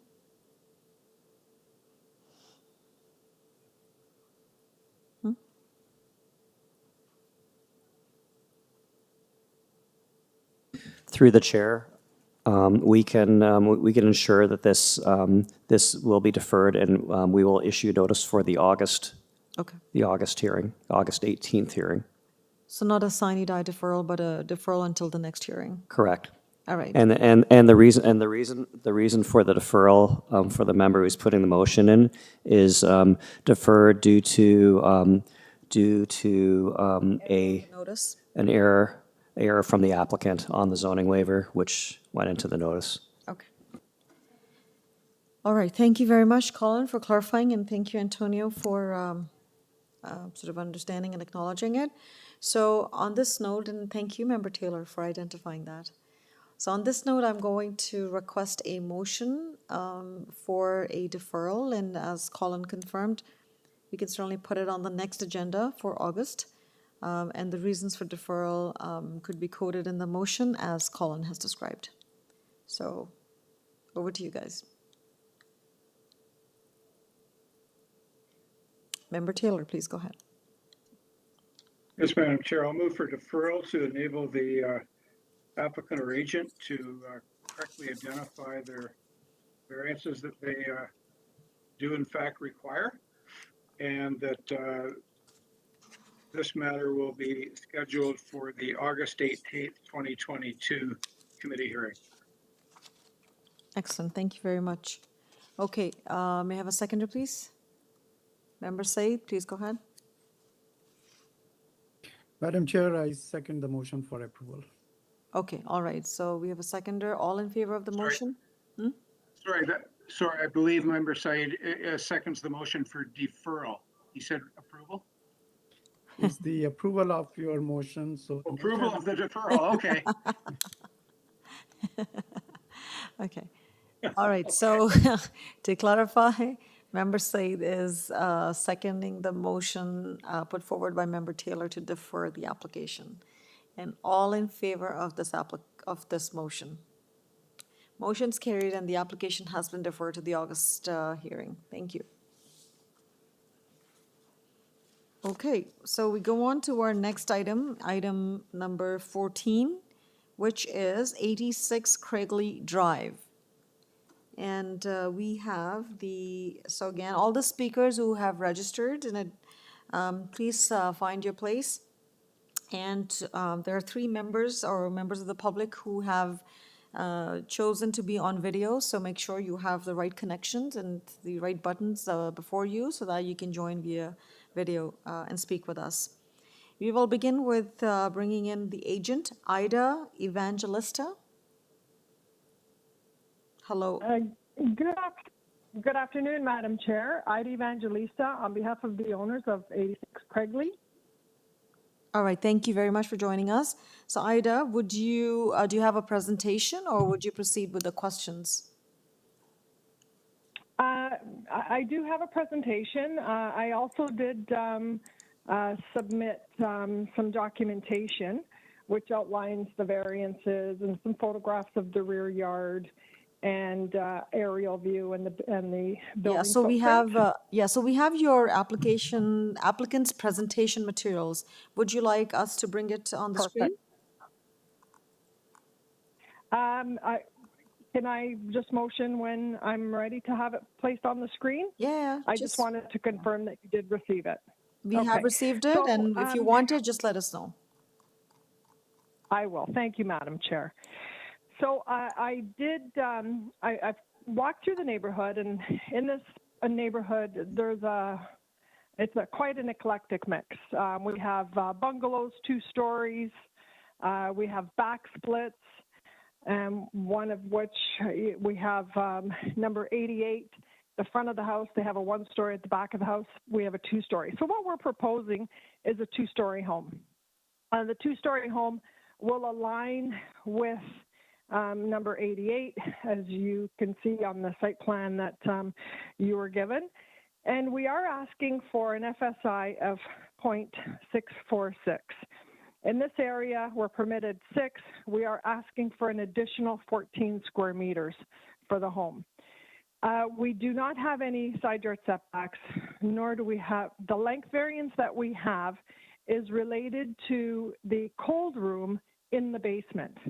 However, the main floor length is 16.15, which is shorter than the permitted 17. So the 18.225 only relates to the basement area, and that's because we have the cold room. So our lot coverage. So the zoning examiner has interpreted, so we have a front porch that's covered and we have a deck. So what the zoning examiner has done is they've calculated the 2 and they've added it to the lot coverage. Typically it's not included, but in this particular situation, it does not encroach the front yard setback. However, because it's more than 5%, it's included in the lot coverage, and that's why we have a coverage of 41.62. Now, our building height, this is an area of 9 meters, and we are asking for an additional 0.23. And I read through the letters of opposition, and I know they have concerns with shadowing. However, I will say that number 88 is a 2-story home at the rear of the property, and we do align. If privacy is of concern where the deck is, we are open to include privacy screening. So now let's talk about the side yard setbacks. We do not have variances for the side yard setbacks. And number 84 expressed concern because they do have a side door which is close to the front of their home. And if you notice on the photos, they do include their bins there. So that being said, even though there's that area, and that's why we've stepped in the front porch. We stepped in the front porch, but just to accommodate number 84, we are willing to step in the front porch even further. And that way, we'll have 1.09 meters on our side from the front porch to the lot line, in addition to, so it'll be about, sorry, my bad, I thought I had written down this calculation.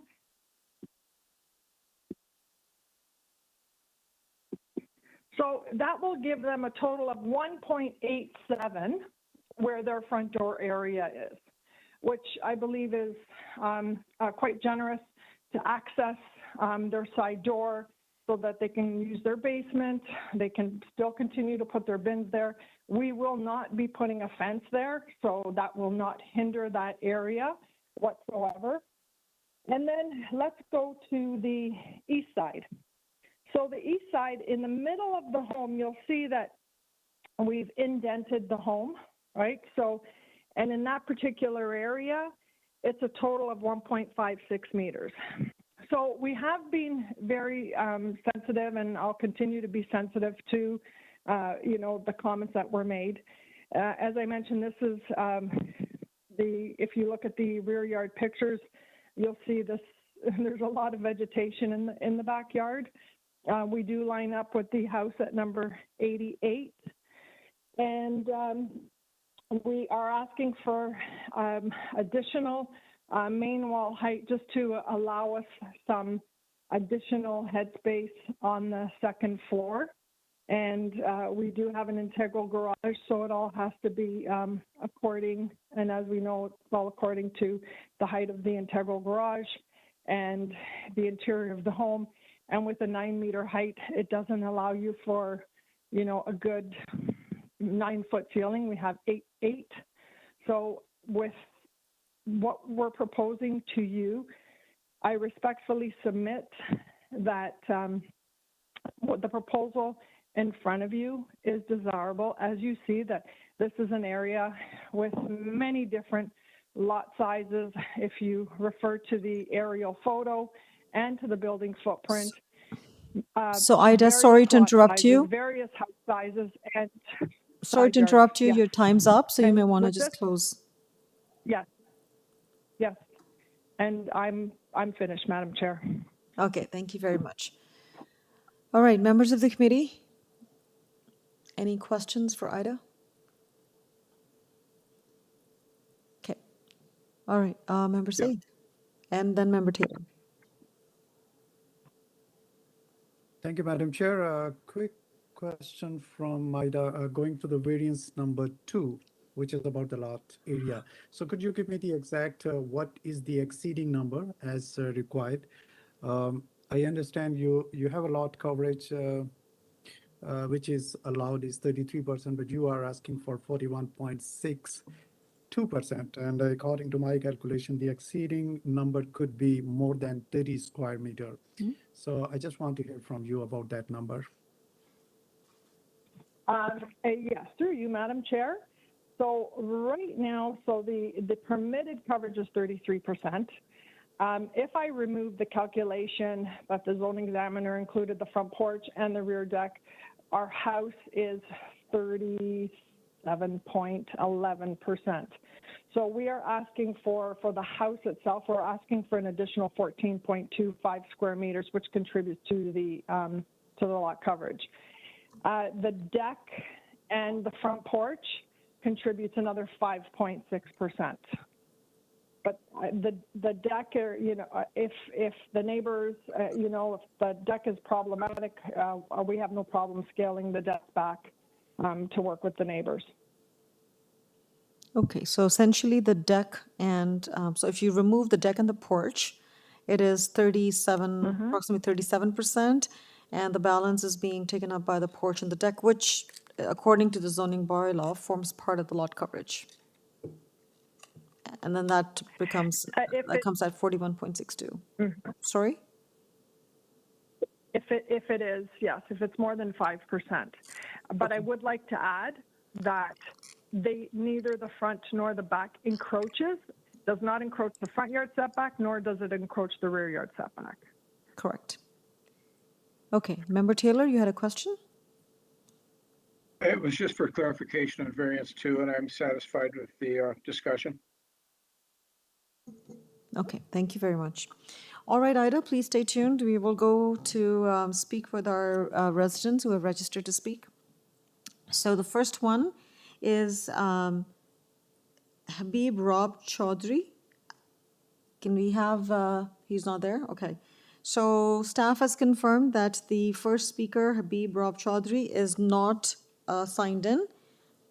So we will move on to our next speaker, Kelly Paxpu. Kelly, you with us?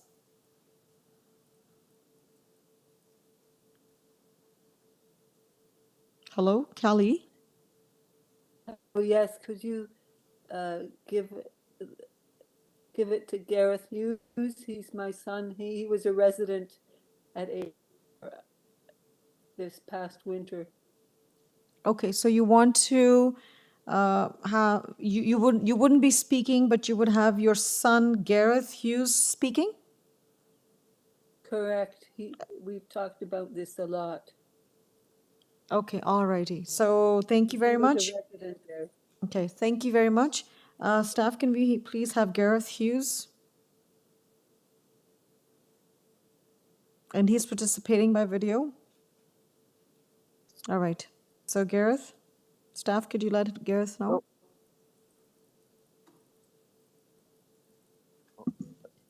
Through the chair, Gareth, your video has been enabled. You just have to press start video, please. Okay. There we go. Can you hear me, at least? We can hear you quite well, but if you want to participate via video, which you had indicated so, you have to turn on your video. I don't need to be on video necessarily. Okay, you don't have to be. Okay. I just wanted to mention, our major concern next door is the kind of shared laneway or shared pathway that's between the buildings. Right, as it stands right now, both of our side doors are along that pathway. I think with the proposal, it'll be a much larger house, and that will limit our access to both the getting into the basement through the side door, as well as that's the only access we have to our backyard, other than going around the block to the alleyway. So getting a lawnmower through there or things like that would be more difficult with a larger house. So sorry, I especially. wanna clarify that, Garrett. So when you say shared access or shared driveway, is there a shared access easement or something, or is it just because the way things are between the two neighbors that the area is being accessed? So there's a pathway between the two houses that is shared in that kind of both of our side doors go along that pathway. I think that's fairly maybe unique to the street. And then there's a shared alleyway to the back that would give us access to our garage.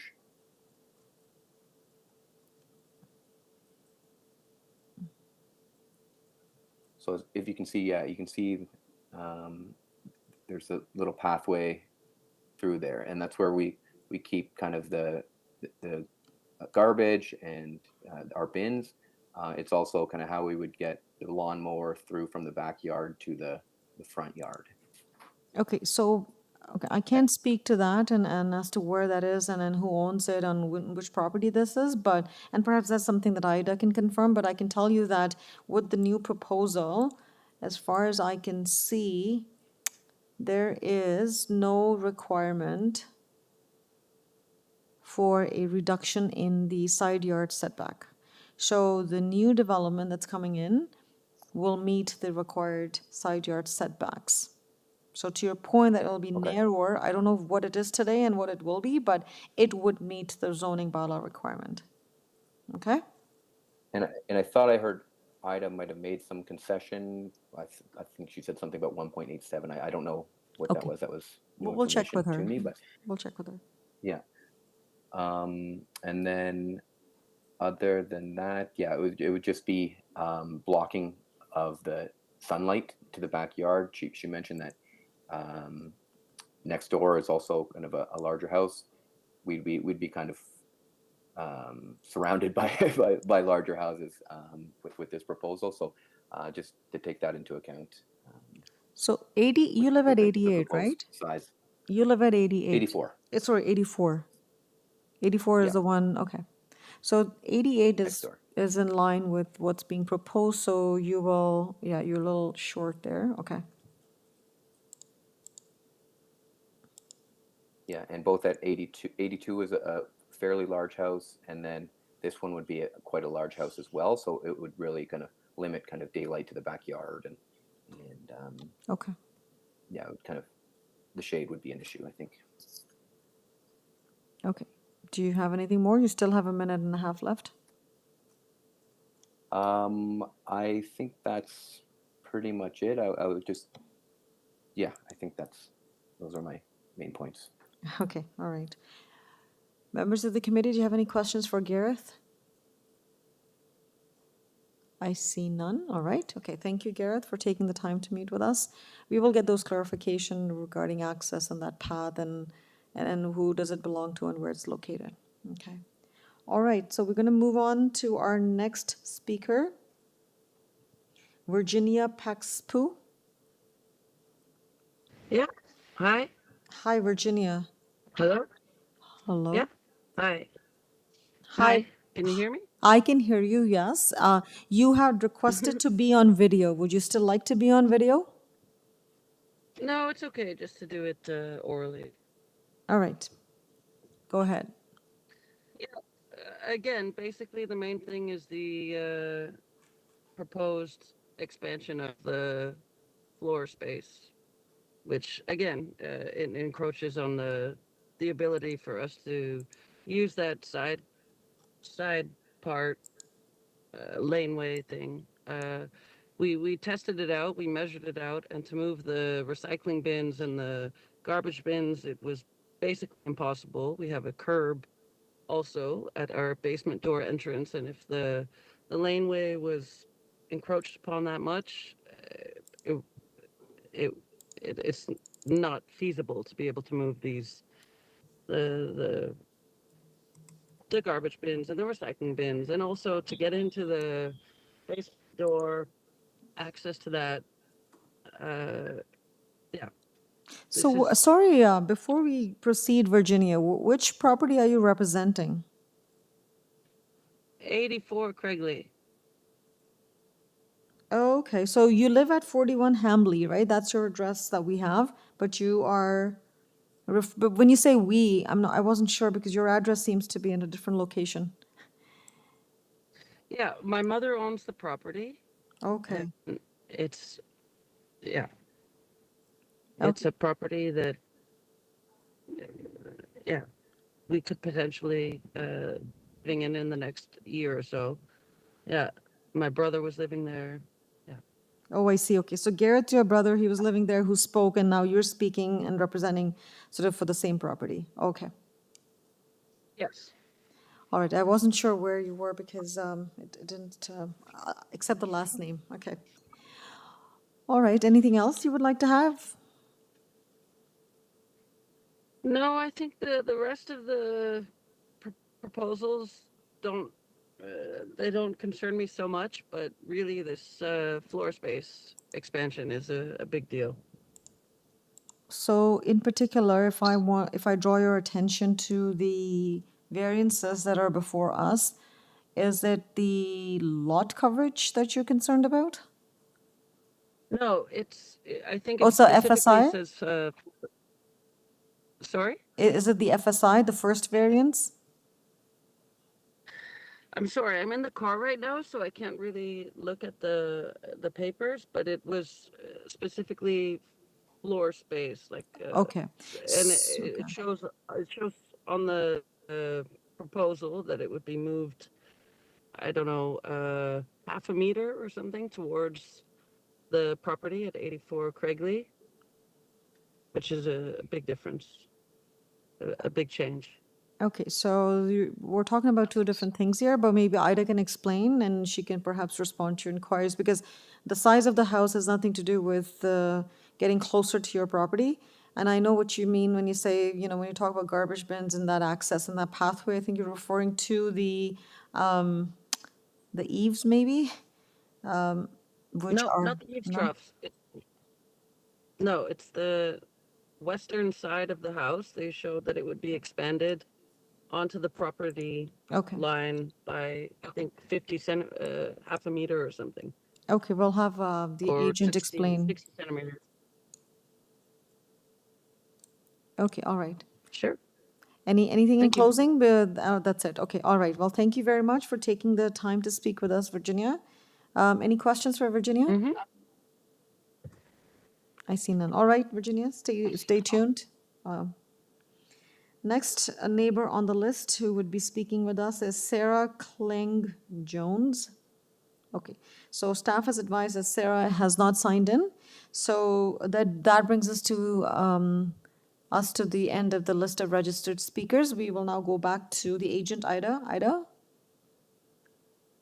I'm here, Madam Chair. Madam Chair, can we have staff pull up the first picture subject property of my submission? Sure. Give us a moment. There you are. No problem.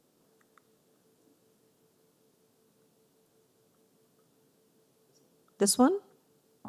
It's up. I'm actually, there's a bit of a lag here, so I don't see it just yet, but if you can, as long as you can see it, I have my copy in front of me. Yes, Okay? yes. Okay, we can see it, but which slide would you want to be on the Perfect. screen? This one? Again, Madam Chair, I don't see it yet on the screen. Okay. There's a bit of a lag. So if you look at that subject property, the photo that I show you, you see the minor variance sign? Yes. And just to the left, you see that's the pathway that number 84. Correct. I believe his name was Garrett and Virginia were concerned about. Mm-hmm. Okay, and you see just in front of the probably recycle bin, that's their door, right? So their door will now, it'll be in the area where our front porch is. And that was the comment that I had made earlier, because, I know they have concerns and I want to help with the ease of accessing. I would like to add that there is no easement, nor is there a right of way between in this area, between these two homes, right? Mm-hmm. That being said, the covered porch, we have a covered porch at the front of the house, and we're willing to modify the porch and bring the porch in, and from the porch to the lot line, it will be 1.09 meters, which equates to 3.57 feet. Can you please show the site plan? That's just on our Site plan. That's just on our side. No, it's, yeah, you have to. Can you just zoom into the area between the front of the building to the porch? Yeah, it's hard because the tree and the bus are in the way. I think the best way is that my picture of the subject property. That's the best. Can you confirm with me one thing, Ida, that that pathway is not on your property? It's on the adjacent property, correct? Yes, they have 0.78 on their property. Yes. Okay, all right. Right now, like they're enjoying both sides basically. Okay. Right. So it's not a right of way, nor is it an easement. But because they have that door there, that door right at, we're willing to shorten the width of the front porch so they have additional space. That's what I'm trying to say. So okay. With the 1.09 plus the 7.8, that I believe gives them a considerable amount of space. That gives them 1.87 meters between the porch and the door that they need to access. So they can still access the door with ease, great ease. They could still put their bins there with great ease.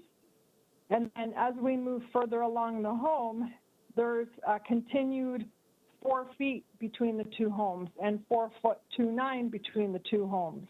Okay. And it increases, right? So with respect, I believe, and we are willing, to, shorten the front porch so that they do have more space. And you have my word on that one. Okay, perfect. Thank you very much for that, compromise there and an adjustment there. Okay. I think that was pretty much their concerns about that access, and they wanted to make sure that they had enough room there. Okay. Yes, exactly, Madam Chair. Okay. Is there anything else you would like to add at this point? No, I do believe that, the home that we are proposing is very characteristic. This is an area that is undergoing a great deal of reinvestment and regeneration. Mm-hmm. And what we're proposing is a minor form of intensification that meets the 4 tests. And it is in keeping with the purpose and intent of the OP and zoning bylaw. Planning staff they were good with they actually liked the proposal, and with respect, in closing, I submit that it is desirable and appropriate. Okay, thank you very much. Members of the committee, we take the matter into committee now. And any comments, any discussion? Member Said. Chair, before we take the matter into committee, I was going to ask a question. Sure. Can I now? Yeah, please go ahead. I didn't see that. Perhaps I didn't see your hand raised. Go ahead. Thank you, Madam Chair. Ada, I will go back to my question. Actually, this is more related to a clarification for numbers. Variance number 2, if you just go to that, and your proposed lot coverage, it says 41.62%, right? This is the number which I am getting, and I am making my calculation. I remember you explained about that, including or excluding deck or front porch, right? You give the interpretation in that. But when you go to the plans which we included in the package, and you go to the lot coverage proposed there, I understand it is 37.24%. All right? So actually, I'm getting these two different numbers, and I need your elaboration on that.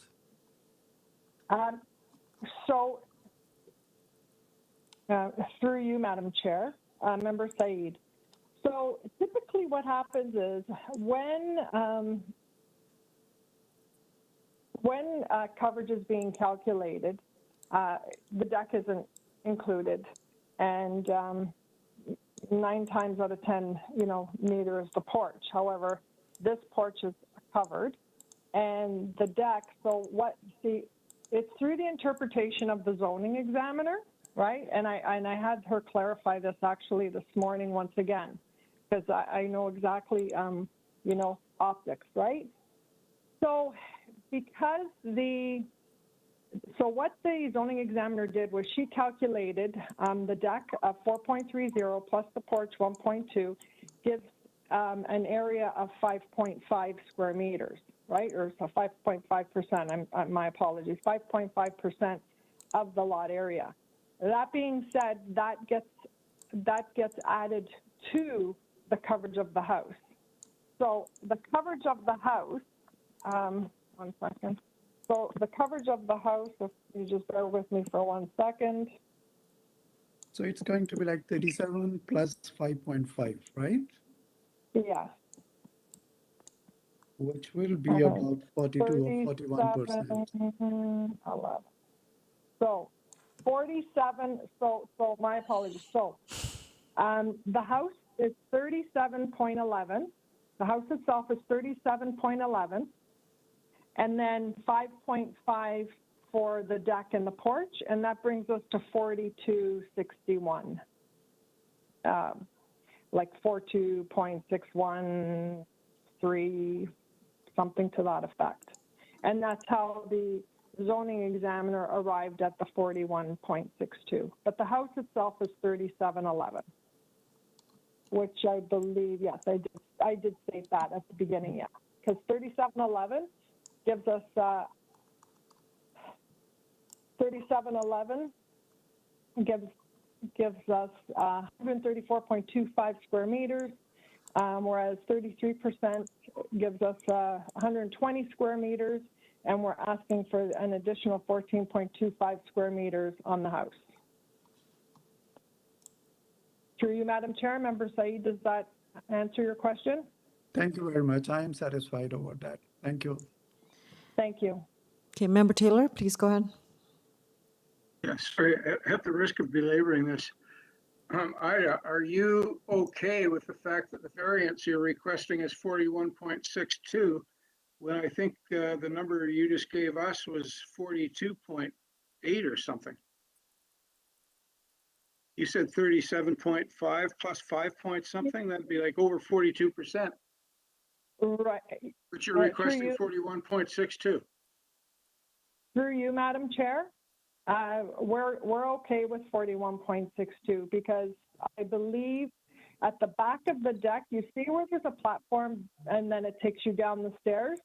I don't believe she included, I'm including the deck and the stairs in its entirety, which gives us that 42, that calculation I gave you. Okay. But I don't believe she did include it. So we're okay with the 41.62, and should it come to the, at building permit stage, if there has to be an adjustment to the deck, we're amenable to that. But I can't, I have to go by the zoning examiner's recommendation. Okay, does that answer your question, Member Taylor? Yeah, that's fine. Thank Okay. you. Excellent. Okay. Yeah. Should there be any adjustment required? I didn't want to give you approval for something that you couldn't actualize. Through you, Madam Chair, Member Taylor, I greatly appreciate that. Thank you. You know me, I always trying to help out. I know, and I greatly appreciate it. Okay, that's very helpful. Thank you very much. Sometimes I run out of fingers to count on, so the help is appreciated. Okay.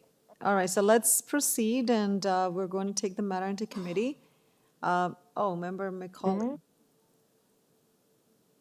I have a question for staff. It's dealing with.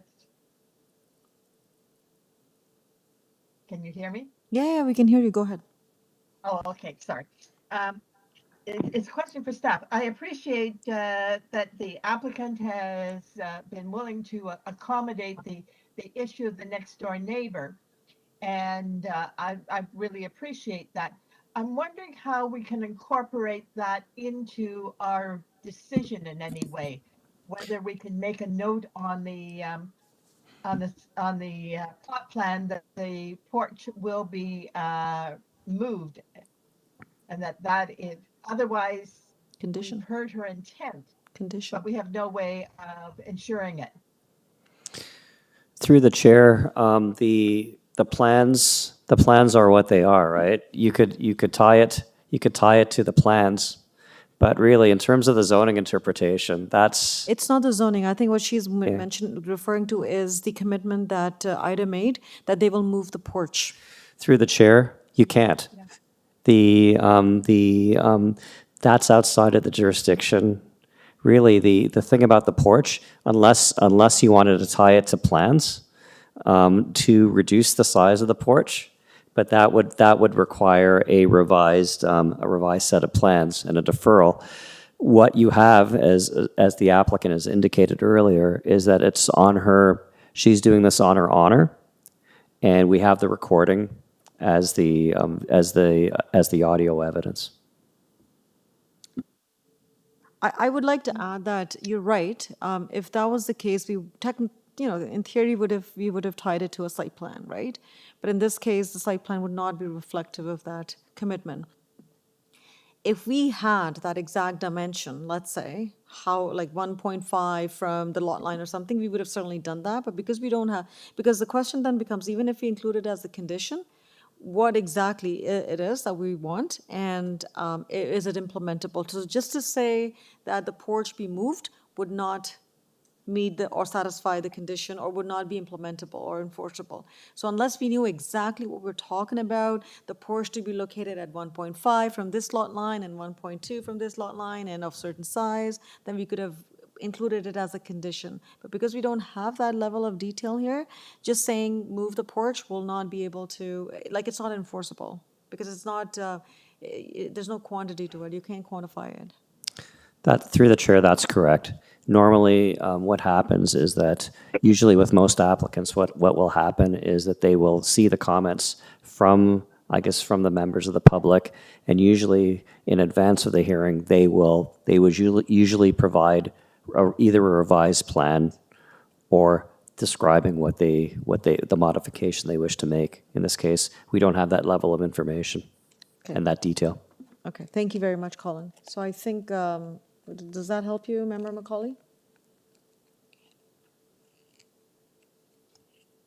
Well, it really doesn't help very much other than we have no way of ensuring that that agreement was made. It's really going to have to be a matter between the homeowners and the developer.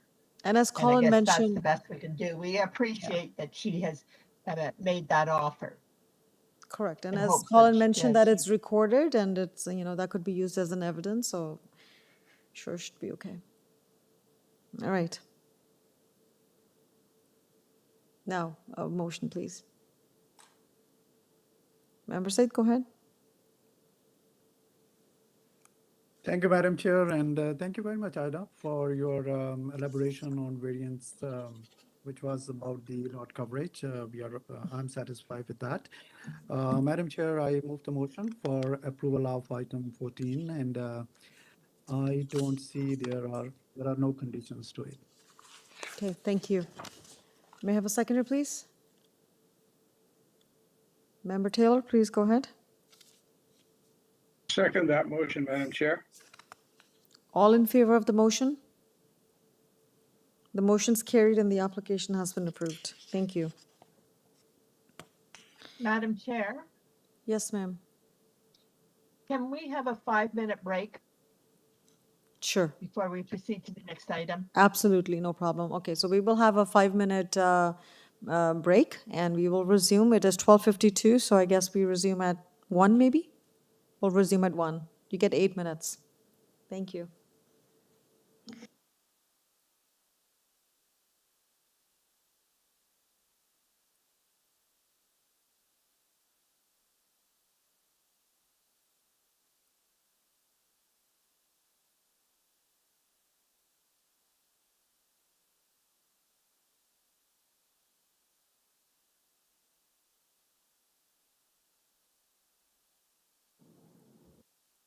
I don't know if, here.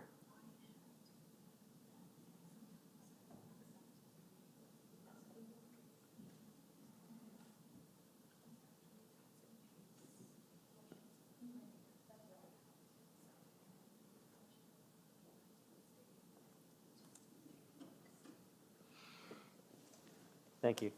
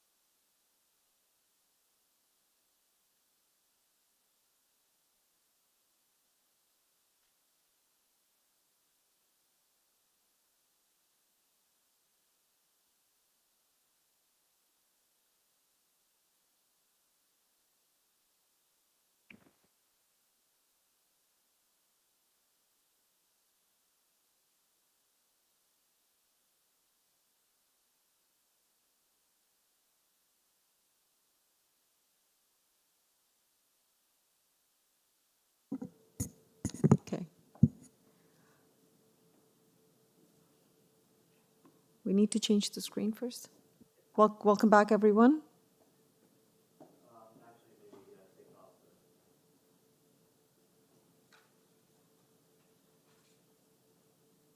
Okay, thank you. So welcome back, everyone. Thank you for your patience. It's 1 o'clock and we're going to resume our hearing. The next item that was held on the agenda this morning was item 17, and item 17 is 54 Moraine Hill Drive. And I know we had discussed it this morning, but I had to discuss. Through the chair, I believe the next item is item 15. Oh, it's not item? 332 Conlins, I believe it was held. Oh, sir, thank you, thank you. Members had questions? Yes, thank you very much for that. I apologize. It is item 15, and item 15 is 332 Conlins Road. And can we have the agent, Yasu?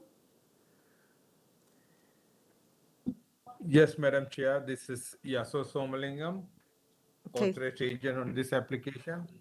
Thank you, Yasu. So Yasu, there were some questions from the members. Do you want to go right to the questions or do you want to present?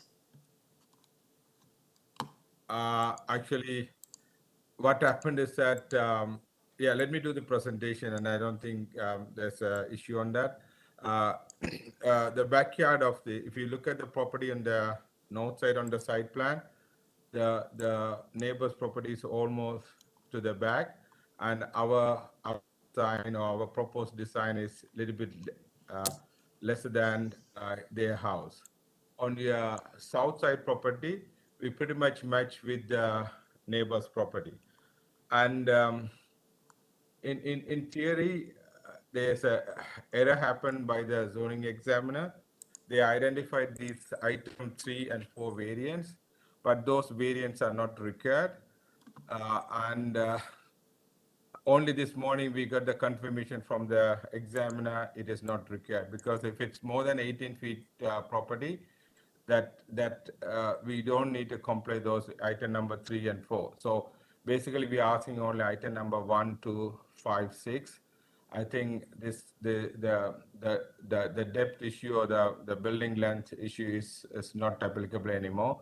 So I'm eliminating the variance number 3 and 4. Okay, so can we have the public notice, please, on the screen? So Yasu, what you're saying is that you had confirmation from the zoning examiner this morning that 3 and 4, variance number 3 and 4 are not required? That's correct, Madam Chair. Okay, but we will go with what your request will be today. So I understand that you want to withdraw variance number 3 and 4.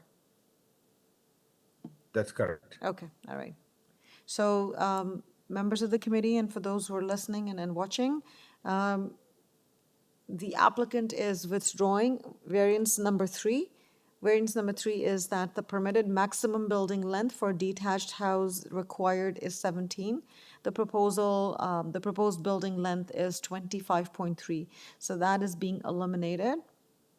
And number 4, in the RD zone with the required minimum lot frontage of 18 meters, the rear main wall of a detached house not including 1 story that complies with regulation 10/20/40/20 sub 2 may be no more than 19 meters from the required front lot line, and the proposed building depth is 30. So what I'm hearing from you is they're not required and it's being withdrawn.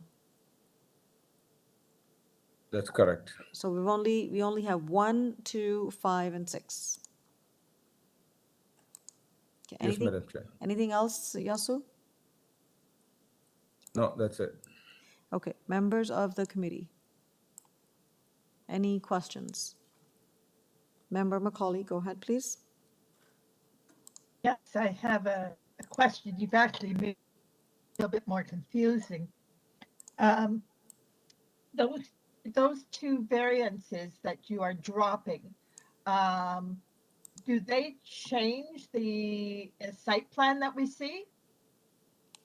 No, actually, because of its wider lot, those 2 variances are not really required. Like, that's meet the zoning bylaw. So basically the house design, the site plan meet the zoning bylaw, but it's wrongfully identified by the zoning examiner. That's why it came front for the committee adjustment. We tried to reach the zoning examiner. Finally, we reached her this morning, and she replied that, yes, you don't need that one. So there was an error by her. Otherwise, it wouldn't be on this variance application. But the plans will not change, Uh, right? The design or the configuration will not change. Yeah, so as I explained, the design was done such a way that the it's matching, the building depth is matching to the north side of the property, and the south side of the property is matching with the south side neighbor's property. And it is all triggered because of the house is further in from the front yard setback requirement. If you look at the big dash dot line, that is the front yard requirement, the setback line. But our house is further pushed back, so that's why all these identified. But those are not really zoning. We still complete the zoning. Okay, all right. Okay. All right, I had a question about the placement of the house on the lot. If there's no variances required,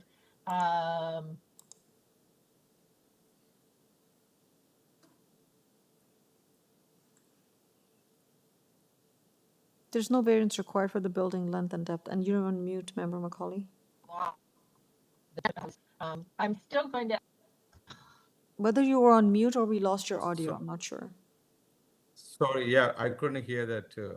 But anyway, I'm not asking the building length variances, so it's wrongly identified. Sorry about the confusion. It was triggered by the zoning examiner, so we are not sure, so we had to put it. But it was cleared this morning, so we are not asking that variance shouldn't be there. So 3 and 4, we are complying anyway. It's complied. The site plan is complied for that items. Okay. Thank you for that that statement. I guess that clarified things. And I still see because my question really is dealing with the length of the building and how close it is to the rear yard. And the reason I'm asking that, and maybe the applicant hasn't done this work yet, is I believe his rear yard is adjacent to a former garbage dump. And I wanted to know whether, in fact, he has done any of the mitigation, or can confirm that, no, it's not adjacent to a former garbage dump. Yes, my client is aware of it. There's a city garbage dump, but it's more closer to Morningside Avenue than his house. And this is a very deep lot, and our house is not even touching or way away from the rear yard setback line too. So it's basically, as I mentioned, the design was done such a way that the one side of the property, the backside wall is matching to the north side of the neighbor's house, and the south side of the rear property, the building line is matching to the south side of the property of the neighbor. So that's how this design was done. And because of we checked it and it meet the zoning, so we designed it and we sent for the zoning review. Somewhere it was identified. That's why we are discussing about the building length. Yes, if this is a variance, I agree that it's a big number, but this is not a variance. This complies. Okay. Okay. I can understand now that there's no variance required. Presumably when you get your building permit and you're moving that house where you're proposing to move it, there will be some requests that you do some proper investigation, that there is no. But Member Macaulay, I'm sure there will no, be, Member Macaulay, those are building department questions. I think we need to stay away because the problem is that you start talking about this and then you have to, like, you know what I mean? It's not in our mandate here. Yes, I agree, especially since he's no longer asking for that variance. Even if he did, even if it was part of the application, I'm sure the right authorities would have looked into it, right? We have to make sure, we have to only look at the variances that are before us. I'm sorry to, but the thing is that it's the expectation and perception, I agree, right? Madam. Yeah. Yeah. Okay. Okay, so if there are no further comments, sorry, I have to ask, are there any further questions or comments? There are none. Okay. Yasu, any closing remarks before we move on? No, thank you very much, committee, and I understand your concerns on the things. If it's a narrow property, this will trigger, and that's the major variance. It's not a minor, so I understand that, and it's a good catch too. But we don't know what to do because the zoning examiner identified that, and then we know that it's not. But to protect ourselves, we had to ask for that, but we got this variance. Then we got the confirmation this morning. So basically, in my request is that what I had to say is because I applied with the zoning notice, Yeah. all I can say that I'm taking off item number 3 and 4 on this list. Okay, That's thank it. you very Thank you much very for much. confirming that, and that's all we need. So members of the committee, when you're putting forward a motion, you may have to mention that the application as amended by the applicant. Okay, so moving on, we take the matter into committee now. Thank you everyone for your feedback and comments. Any discussion, or are we ready with the motion? Okay, can I please have a motion on this application? Member Taylor, please go ahead. Sorry, Member Said. Yes, Madam Chair, I find the variances requested in the revised application, i.e. 1, 2, 5, and 6, meet the 4 tests under the Planning Act. I was a little bit concerned about variant 6, the size of the rear platform, but given the fact that the house backs onto open space, I'm not concerned about that. So I'm satisfied it meets the 4 tests. And I move approval subject to urban forestry conditions 2 and 3. Okay, and may I have a seconder, please? Member Said, please go ahead. Thank you, Madam Chair. I second the motion for approval as amended by the applicant, whereas variance number 3 and 4 has been taken away, subject to the urban forestry conditions. Okay, thank you. And all in favor of the motion? The motion's carried and the application has been approved, subject to conditions of urban forestry. Thank you very much. Okay, thank you. Now we can move to item 17. And item 17 is 54, Moraine Hill Drive. Can we please have the agent, Edward Bagaj? Hello, Edward. Hello, how are you? Good, thanks. Madam Chair? Thank you very much, Edward, for joining again. So Edward, would you like to say something on your application at this time? I think so.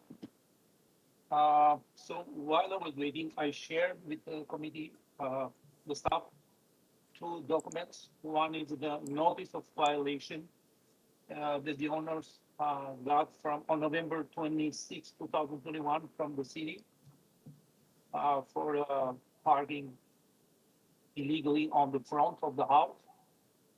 And the other one, I think it's 6 or 7 addresses with the pictures from the houses on the same on Moraine Hill.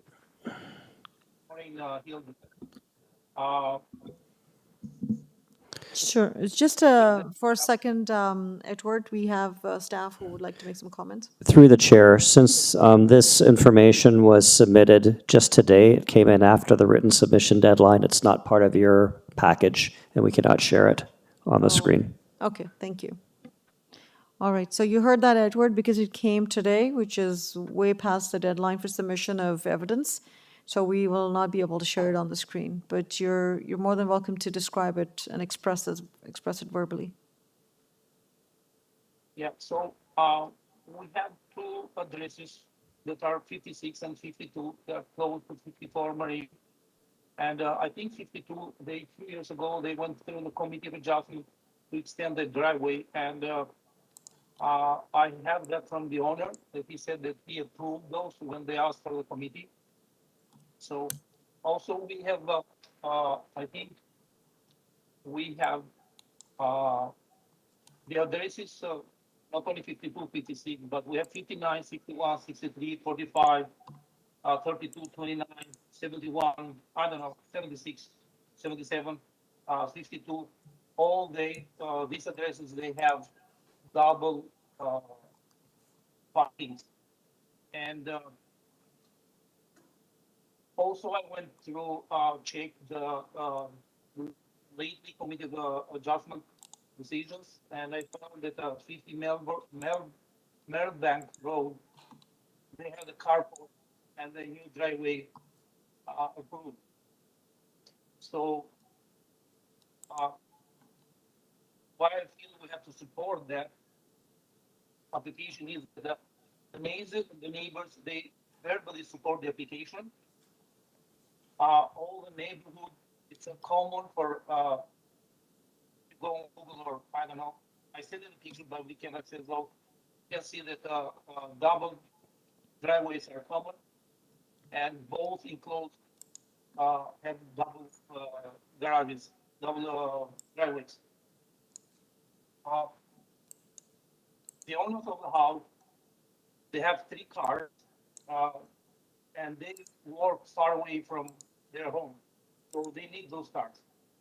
And it's not easy for them to access the transportation, other transportations. It's gonna take hours to go to home. So I think the option to sell the car is one of them. And so they have been for some time parking on the front. They got a notice of violation, and they've been advised by the city to go and put application for extended driveway parking. That's why they did, and that's why we're waiting to be voted on that application. And the stop sign is around 80 feet from the existing house, but also we have the other that is closer, the 52 that has a 6-meter driveway that is closer to the signs for time. So if that's the case, but as I said, so we have I have at least 10 very close addresses that they have double driveways. Okay. Is that all, or do you want to add anything more? Yeah, I don't know what to add more. I don't know. You have a minute left. Yeah, I know, but I think that those are the main things that I wanted to say. So neighbors agree verbally. Okay. We asked them to write a letter. They could write a letter, but we didn't think that it's gonna need it. Both of them, they have double driveways, and most of the houses there, they have double driveways. And as I said, so they follow the city recommendation after they got the notice of violation to go prepare the drawings for a permit, and they are asking for that permit. Okay. All right. Thank you very much for that.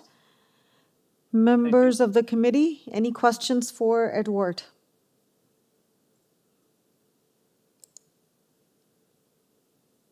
Can I have the street view, Eric, if you don't mind? And there's no tree being removed, right? As a result of this expansion of the driveway? We're keeping 50% of the front, and it's gonna be all grass. So we're not moving anything. Okay. So essentially what it is there today, as you can see, there's the driveway, and then there is a paved, I think it's a unit paved walkway leading to the entrance. Yeah. Right now. So You what? see when it, Yeah.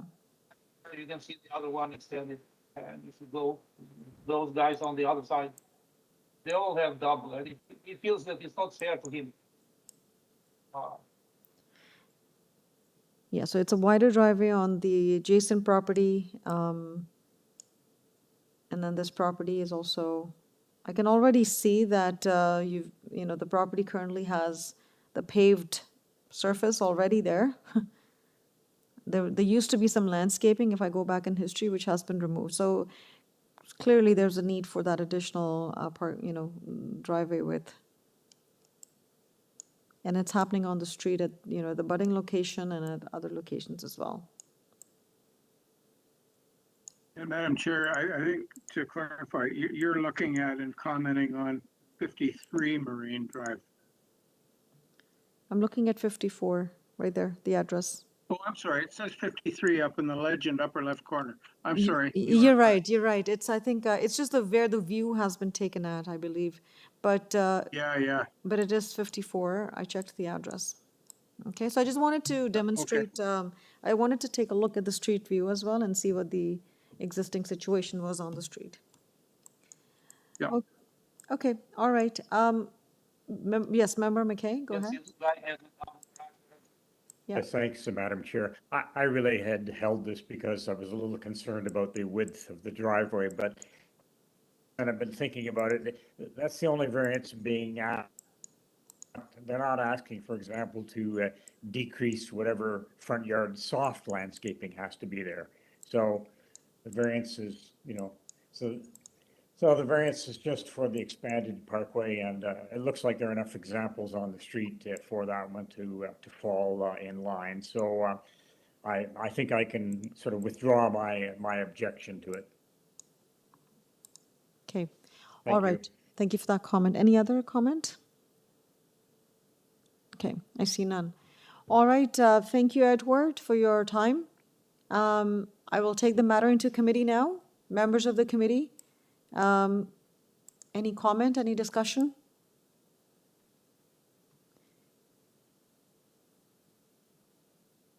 Member Taylor? I'll make a comment, just kind of a supplementary to the motion I tabled earlier, during which I made the comment that it's not uncommon for people to want or need double driveways because they often use their single garage, myself included, for storage.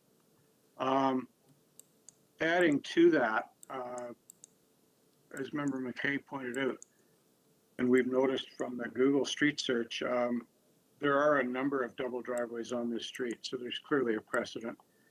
What's being proposed here is virtually identical to what exists right now at 52 and 56 on either side of the house.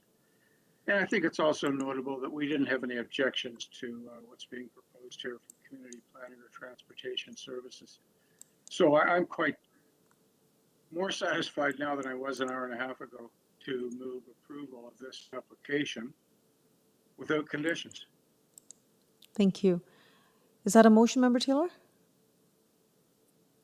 Yes. Okay, all right. So we have a motion on the floor to approve the application without conditions. Member McKay? I'll second that motion to approve, Madam Chair. Thank you. And all in favor of this motion? The motion is carried and the application has been approved without conditions. Thank you. Thank you, Madam Chair. Thank you, members of the committee. Okay, so I guess this is the last item on the agenda for today, item 18. Item 18 is 5 Shelley's Court. And I understand that the agent is representative. We have a different representative now. Okay, and may I need the name, please? Stephanie Sierra will be speaking. Okay, so Stephanie Sierra, are you online with us? Hello, good afternoon. Good afternoon, Sierra. Stephanie, I just want to make a note that all those speakers who have registered to speak with us, please find your place and then be prepared. We will be coming to you in a few minutes to speak with you. All right, Stephanie, just wanted to confirm we have the owner registered with us as well. Would you be speaking or would the owner be speaking today?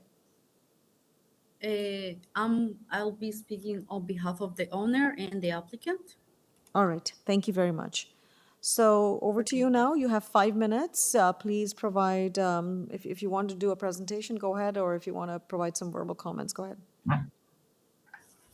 Okay, good afternoon, everyone. I'm gonna speak on behalf of the client and on behalf of the applicant. So basically, the variances that we got are on regards of the south side setback. So as you can see, they are asking us about the deck side lot line, also about the second story side setback at the front, and also in regards the balcony at the rear. So all of the variances are on regards the side setback. So I think other than that, we can move forward. Okay, all right. That's all you want to say? Yes, for now, that's all I have to say. Okay, fair enough. So members of the committee, do you have any questions for Stephanie?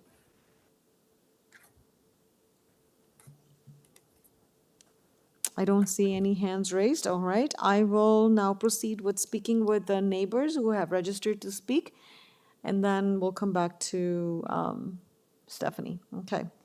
So can we have our first resident, Walter Dzik? All right. Walter, if you're Hello, with I'm us. here. Okay. Hello, Walter. You have you wish to be on video, so if you want to be on video, let me know. I think you have the ability. Perfect, we can see you. Yeah. You see me? Yes, we can see you and we can hear you well. Okay, great. Okay, am I ready to speak? Yes, please go ahead, sir, and you have 5 minutes. Okay. So I collected 27 people on the renovation objection petition in 3 hours. I'm the original owner of 7 Chalice Court, 1986 September. I'm questioning the recent survey, highly inaccurate, presenting the square footage, 1842. The builder, Paradise Homes, built over 20 of the same models, the Thorncliffe model, in the neighborhood. Number 3, 5, and 7 Chalice Court are that model. Number 5 is the mirror image. They're all the same lot size, 35 by 110. My impact statement shows the outside of the building is 2131, in line with the 2082 square footage of the builder's copy of the model. There's no way it's 1,842 square feet. So that leaves a difference of 240 square feet. This is impossible to miss by a surveyor. The 240 square feet represents the size of a 1.5 car garage, to put it into perspective. I'm suggesting the survey is a gross misrepresentation by the surveyor and the property owner. Okay, also between number 3 and 5 Chalice, there's about a 1-foot gap where the fireplaces meet. A person can't even squeeze through. Number 3 Chalice Court is going to have an area, their green space, 11 by 19. Okay. Number 3, if that proposal goes through, we'll be looking at a giant wall. Okay. The wall is going to be about 17 feet high to the soffit and 19 feet long to the edge of number 5. I don't understand how they didn't at first object to this, but anyway, they're on the call, so they'll be talking about it. Also, I have a question on the size of the awning that's supposed to be on my side of on number 5.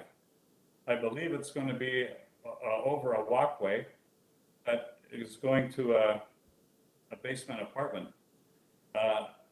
I don't think there's proof that it's a legal basement apartment unless the owner can prove that. So sorry, Mr. Walter, sorry to interrupt you, I apologize for that, but I want to just reiterate the fact, and these are great points that you're bringing forward to us and to our attention, but I want to advise you that the committee's role here is to look at the application and to consider the variances that are before us. So we have 3 variances that are before us. So I would really encourage you to speak to those variances, what's happening in the basement. Those are not some matters that we can discuss at this hearing. So if you can sort of, I'll encourage you to speak to the variances that are on this application. Okay, that's fine. But the awning, I'm concerned about that. Where's the awning here? How big is it? Where's the awning on the plan? Okay. Between 5 and 7. Okay, let's take a look at above that that. awning. And has that got to do with the, any walkway. requested variance? No. Well, I believe it would have to be. No. Like, where is it? They don't specify where the awning is. Okay, so here's my point again. If it's not in front of us as a variance for, let's say, and I'm just making it up here, if there was a zoning bylaw requirement for the awning or the something, and if it didn't meet the zoning, then it came to us for review, we would have looked at it. But it's not on the application that's before us. There's no awning here. Okay, but anyway, it's still gonna be there, and there has never been an awning there, ever, since it was built. So what are you referring to as the awning? Maybe I'm not understanding what that awning When I is. saw, Is it a deck you're referring to or something? no, it's like a covering that's probably gonna be over that staircase that goes into the basement. Oh, okay. Well, that has nothing to do with this application, fortunately. Okay. Yeah, and a proposed awning right there, the proposed awning, okay. So Yeah, I can't speak to whether it meets the, I don't even know if it's subject to zoning. Awnings are, I'm not sure, I'm not an expert on this. But if it's not in an application, if it's not shown to us and as something that would need to be varied or doesn't meet the bylaw, then it's not something that we can talk about. okay, it'll also be a problem with shade and everything else. They don't say the size. Is it 4 feet long? Is it 10 feet out? What is the size of this awning? Okay, we'll get that clarification for you when we go back to the applicant. Okay, no problem there. But it's not something that is in the application, but we'll get that clarification for you. Okay, and also, at the moment, there's 3 people renting in the basement, 6 people in the rest of the house, meaning 9 people live in that house. Are these numbers going to be increased? I'm not And my sure. last- Yeah, and again, this is not something that I can help you with. Okay, and the last thing is, the house is way too big for the lot size. We have a 35 by 110 lot and proposed basically almost 3,800 square feet. That house is way too big for that lot. All So, the other houses, that 3,800 square foot house is bigger than any lot in the entire neighborhood. I think the biggest is about 3,200 to 3,300 square feet. but if it's not a variance, that's, He's so if definitely- the house was larger than what's permitted, it would have made it to this application. It's not on this application. So I don't know, Okay, yeah. my argument is that house is not 1,842 square feet. It's 2,082 according to the builder. And 3, 5, and 7 are identical. Okay, so maybe that's where the discrepancy may be, because the square footage is not being calculated properly, and in your opinion, it's bigger than what could be permitted. Okay, but those are the things, again, Way as I bigger. said, if it's not before us, I really can't comment because I don't have the right information in front of me. I don't have anything from staff that says that, there's some discrepancy. So maybe we'll get that clarification from the applicant when we go back, and then let's see what the committee decides. Okay, that's right. And like I said, my impact statement shows 2131 square footage outside the building. Okay, And we have an identical house. okay. All right, that's noted, and we And will. maybe you can check his impact statement. And I'm sure it'll be the same. Sure, but unfortunately, I can't do that, nor is it in my mandate to do it. So what I'm going to say is, Walter, is that this is only one step of the process. When they actually go and get a building permit from the building department will be looking at far more detailed drawings at the time. And appropriate surveys will be required, and stamped drawings will be required by professional consultants, engineers, architects, whatever. And if there is any discrepancy at the time as it relates to square footage or to your calculation, if it's, if there's discrepancy in numbers and so on, those things will be caught. The bottom line is that a building permit will not be issued if the application does not meet the zoning bylaw. So anything that you may not see here today, and maybe it is a problem, it would either have to be rectified to meet the zoning, or they would have to come back to the committee to get a variance for that. But unfortunately, I can't speak to something that is not before me or can be verified today. Okay, that and that huge wall between 5 and 3 is outrageous. Imagine that, 17 feet high. That'll go to their soffit, right? Mm-hmm. And you're looking at, you know, it's outrageous, the size of that wall. It's going to be 11 by 19 feet. Sorry, that's the space. The wall is 17 feet high and 19 feet long. A brick wall, you know, somebody's going to come out of their front door and they've got this huge wall, 17 feet high by 19 feet long. And their lot size is so small as it is. Their green space between the homes is going to be 11 by 19. Just a grass area. Right, right. So And they will be speaking on that. It's Okay. outrageous. Okay, so let's have the applicant speak to it when we go to him, to her, okay? Okay. All And right. thank you. That's all I have to say. Thank you very much for taking the time to speak with us, and your comments have been noted, and we'll go to the And applicant. by the way, Okay. All right, we go to our next speaker, Rocco Antonio Parzanis. Is Rocco with us?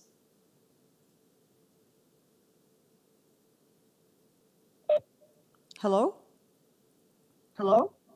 Hello, can you hear me? I can hear you. Hello? I can hear you. But I'm getting a lot of echo. Oh, sorry, I don't have anything else on. Is that better? No, I can still hear myself.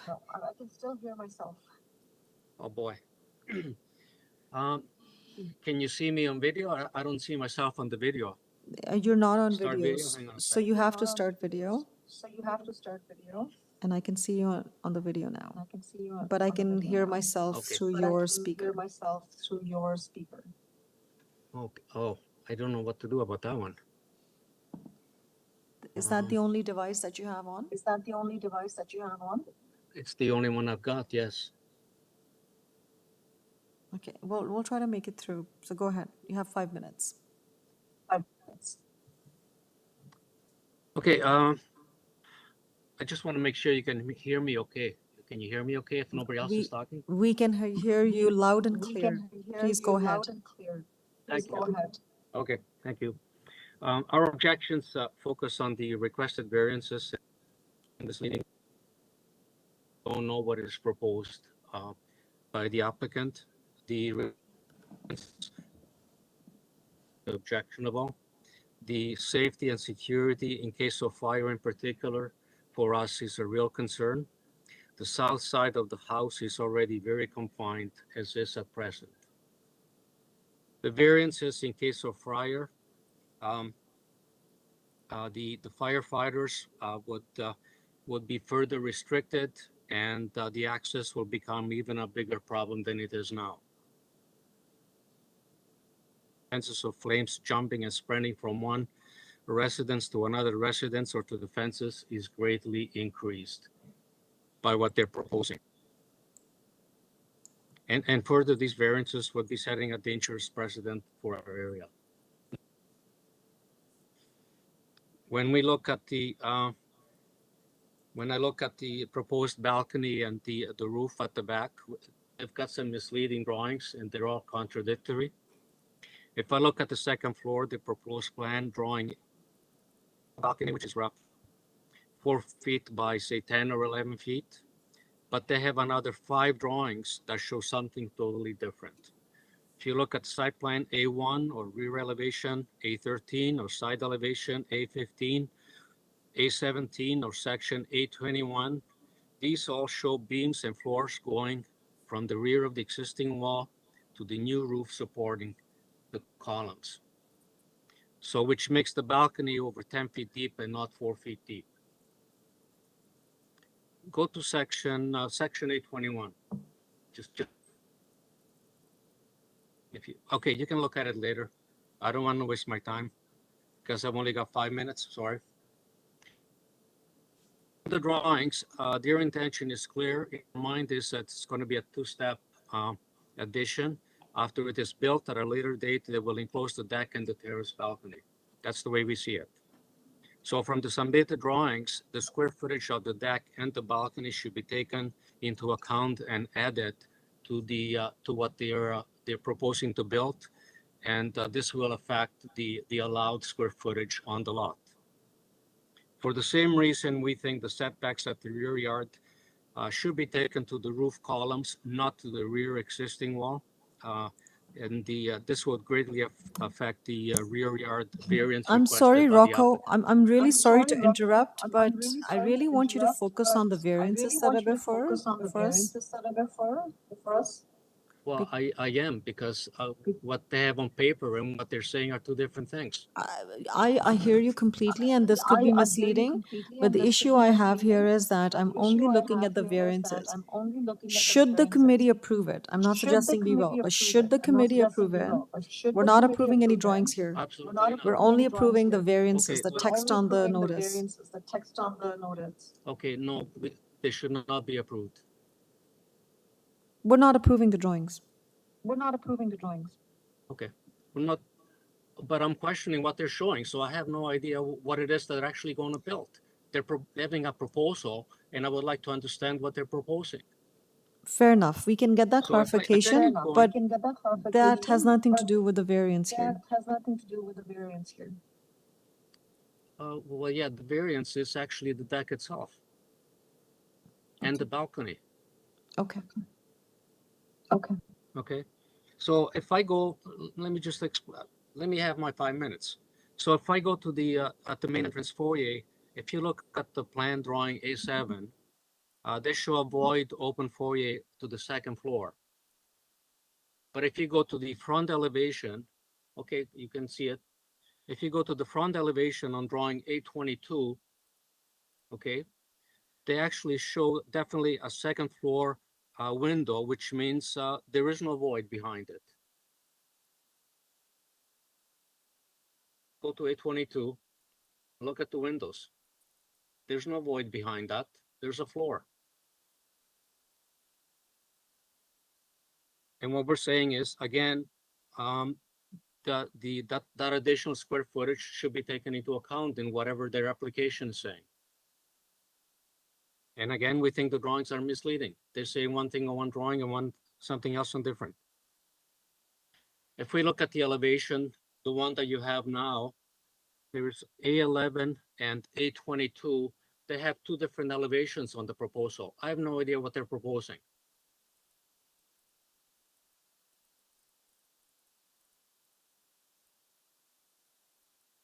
Okay, well, thank you very much. We will certainly have that clarification from the applicant. Do I have another minute or so? Because I talked to you during your 5 minutes, I'll give you another 30 seconds, but I would like you to close, please, in 30 seconds. Okay, so we're really objecting to the character of what they're trying to put up. It's out of scale. The proportion is way off the existing, both in mass and square footages. They've made no attempt to fit into the existing. The treatment of the proposed materials to be used will be an eyesore for us. It's going to be in our face, and we will need to look at it daily. It's not improving our surroundings. It's not appropriate for the neighborhood. We object and reject the proposed elevations. When you look at drawing plan A1, they're showing that at the front door, they have grass walking to the front door. They must have, what are they going to do with the driveway? Are they going to expand the driveway?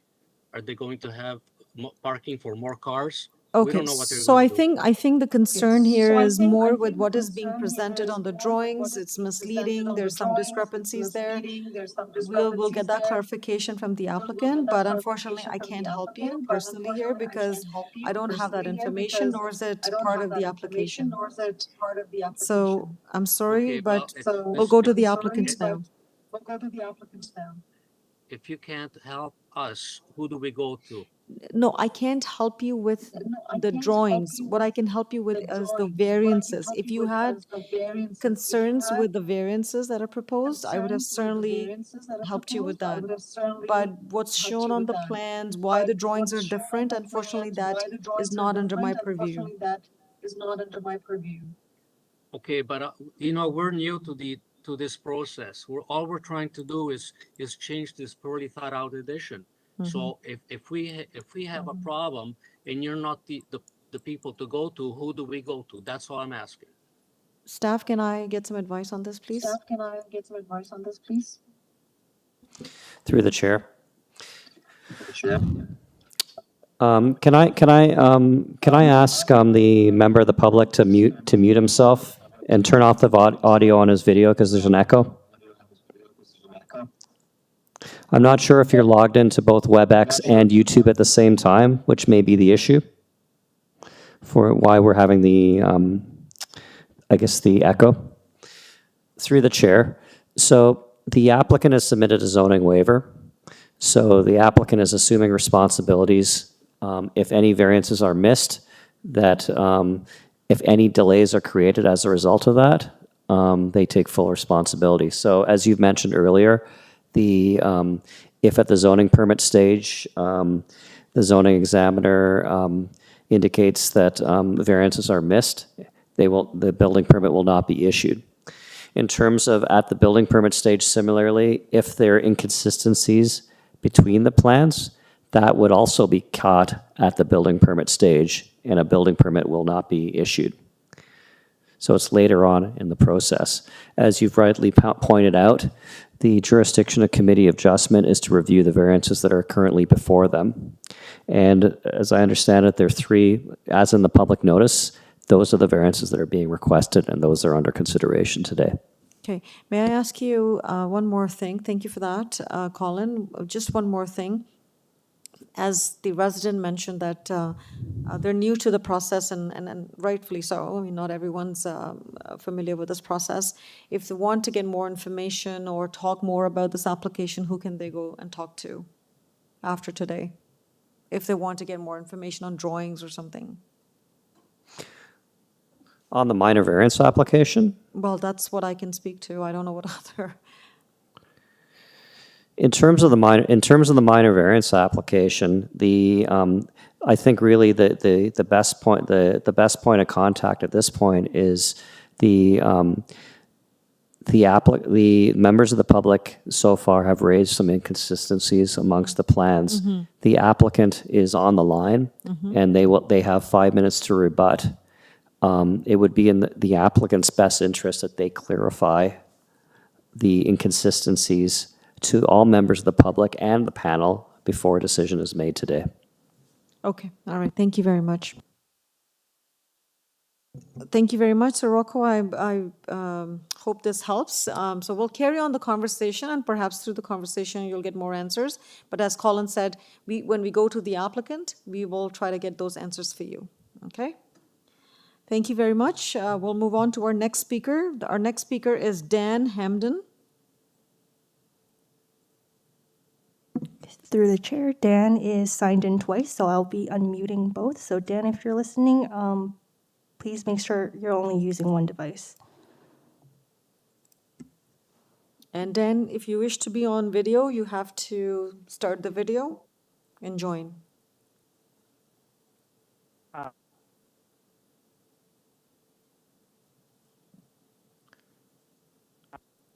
Unmute.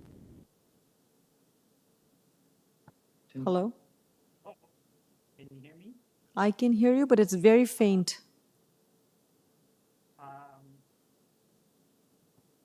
can do about that. I can't hear you. Okay, hang on. It's I'll better try now. to bring it here. It's better Can now. you hear me now? Okay. But there's a lot of echo, so you have have an to echo with sign me? out. Please listen to me. You have to sign out from your other device, or if you signed in through a phone or any other thing, please just speak through one channel only. Sign out on the other one.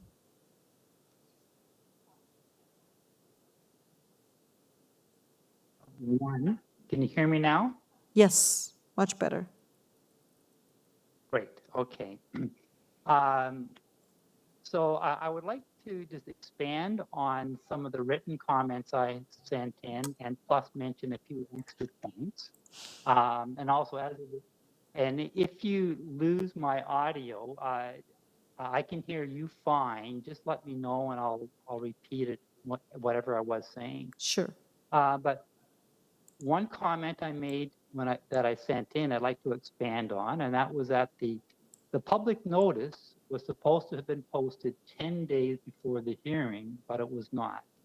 It wasn't done until I filed my comments, and then within 1 hour of me filing my comments, the applicant posted the sign.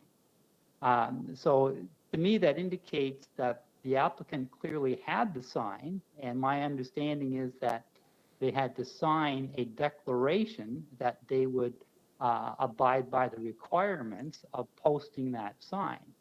And so it seems that there is a lack of transparency in this application. Failure to post that sign meant a lot of neighbors were kept in the dark and were therefore prevented from submitting comments. So I think that it was well, anyway, it doesn't sit well with me and many of the neighbors. Now, regarding the application, on page 2 of the application. Yes. So we've lost you.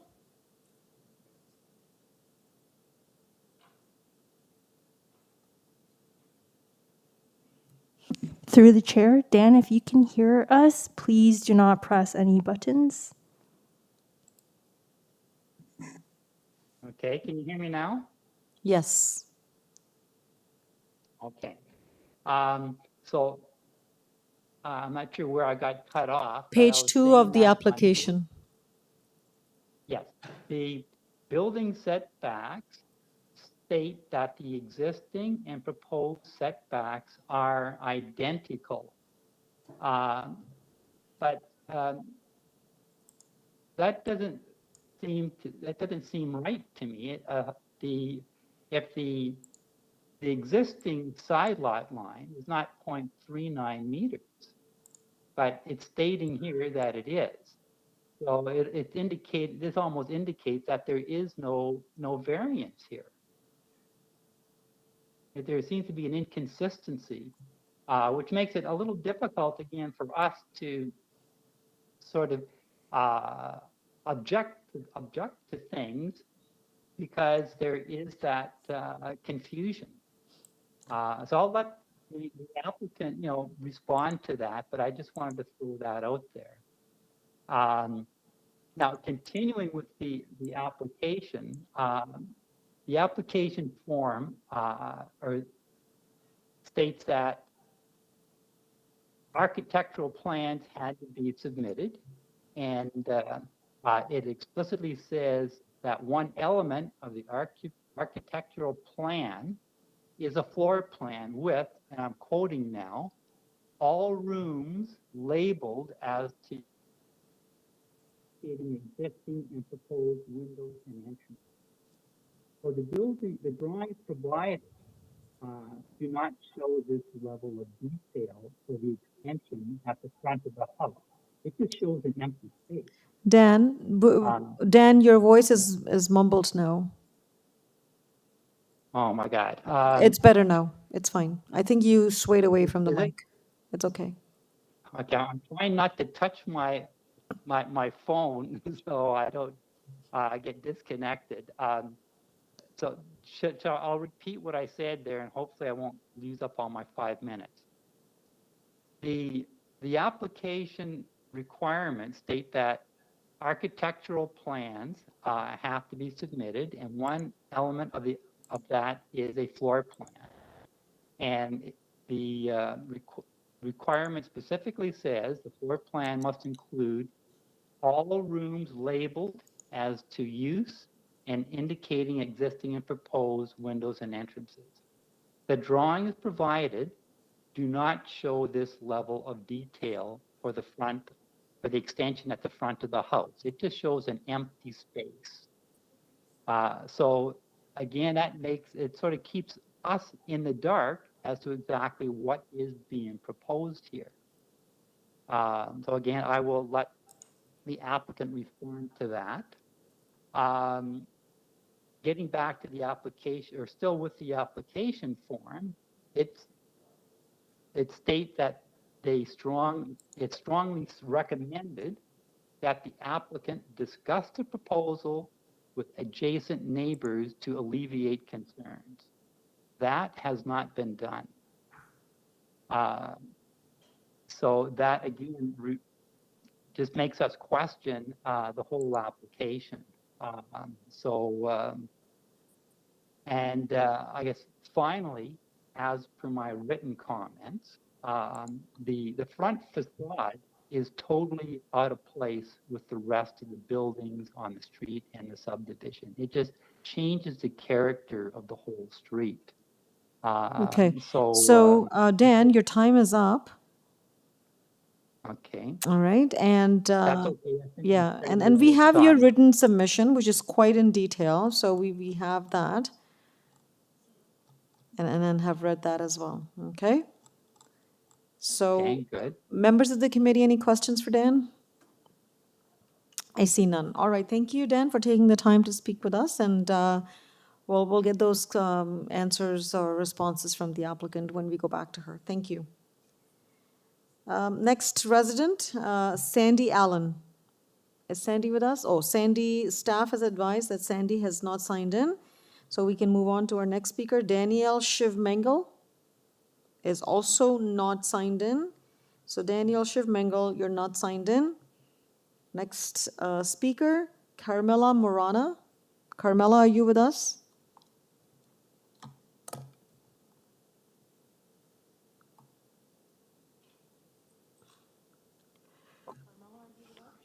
Hello, Carmela. Hello? Hello. Yeah, Through the chair, Carmela, please do not press any buttons. Okay, hello? Hello. Please go Hello, ahead. this is Carmela speaking. Okay, you have 5 minutes. Please go ahead. Okay, my main concern is that this very large, it will in fact create such shade on my property. I share a fence with the property, and that shade unfortunately will have a serious impact on my vision, and I have low vision to begin with. And it will also contribute to risk of falling in my own house. And the other issue would be privacy issues, especially with the balcony jutting out there in the back. And the house is just far too large for the lot size that it is. And I've already put in a written submission, and I really don't have anything else to add right now. Okay. All right. Yes, we have your written submission. Thank you for that. So generally speaking, you have concerns with the building and lack of light in your space, but there are 3 variances in this application. Is there anything in particular that you have concerns with those variances? Well, there will be, I believe, some encroachment between number 5 and 7. Okay. Okay, all right. Thank you very much for your comments. Any questions for Carmela? I see none. Okay, thank you very much for taking the time to speak with us. We can move on to our next speaker. And our next speaker is Triane Constantine. Hello. I'm here. Good afternoon, dear presenter and dear ladies and gentlemen from the panel. I'm the owner of the 11 chalets. I come in this country, in Canada, back in 2001, and I bought the house in 2003. I want to present in front of you. Then you are very professionally. I really appreciate your judgment. Very strong team in front of me. I'm working like a senior technical engineer for Ontario Power Generation crown company for this Ontario region. And I would like to present to you then, I'm working monthly on the refoulement Darlington nuclear power plant. I have it tons of bidding, which is going from 10 million up to 100 millions. If I'm gonna get a bid like this variance, which was proposed by our neighbor, I'm going to be disqualified that company from never present in front of the organization or the committee or the CNE VPE. That organization, that who puts the stamp on the variance, going to be disqualified from the member of the representative, what part it is, professional engineer of Ontario, whatever it's about it. I'm talking to you about the ethics and the principle of safety, security, environment on our court. I'm working myself and my wife in same engineering nuclear division. We are working from home. How do you think if it's going to construct 5 months trucks on my area, and I need to provide feedback 24 hours to the nuclear plant to provide the people reliability and safety power? That is a big concern for me. It's a big concern for all our neighborhood. And at all, it's about the behavior. This guy is hiding everything from us. He is not cooperating. He's not discussing. And since he moved it in this area, his property, it's a black market property. That I'm telling you, verifier. I don't have anything else to say. Okay, thank you, Trayan.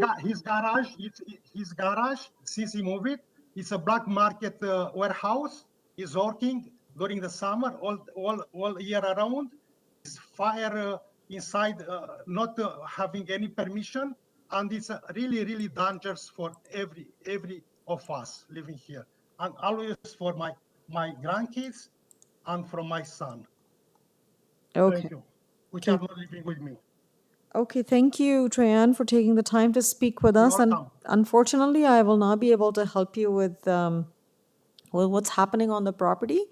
But I'm definitely, I'm definitely pleased to hear from you regarding your concerns. And if I were to ask you, do you have any particular concerns, in particular to the variances on this application, apart from all your other concerns related to the property? The variance itself already, the speakers, my neighbors already pointed out to you. It's completely misleading. It's a fake. Okay. All right. Thank you very much for that. Members of the committee, do you have any questions for Trayan? Okay, I see none. All right. Thank you for taking the time to speak with us. Okay, we will now move to our next speaker, Selvamala Selvanayagam. Hello, Selvamala.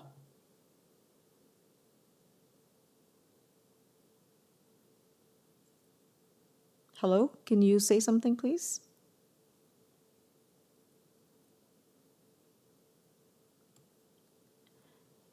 Hello, Selvamala, can you unmute yourself, maybe?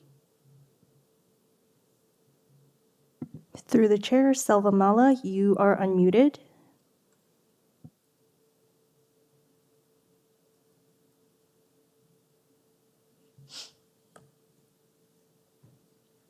Okay, we'll give 10 seconds. Okay. Right, we'll give you a few seconds so that you can chime in. Selvamala, we know you're signed in, but we cannot hear you, so you may want to unmute yourself.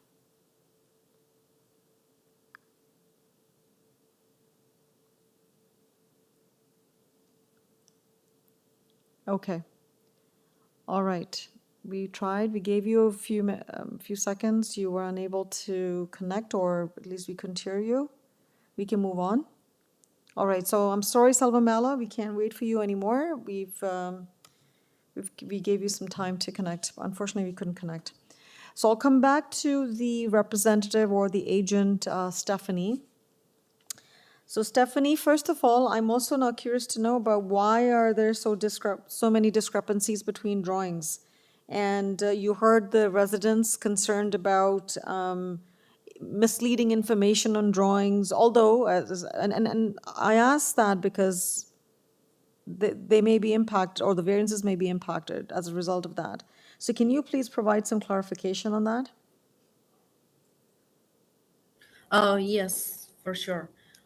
First of all, regarding the survey, we got the survey from an agency. So all of the drawings that are showing on the site plan are according with the survey they provide to us. And also the lot coverage that we have, the footprint of the house, and all the information regarding the survey of the property, it's according with that survey that we got provide for them.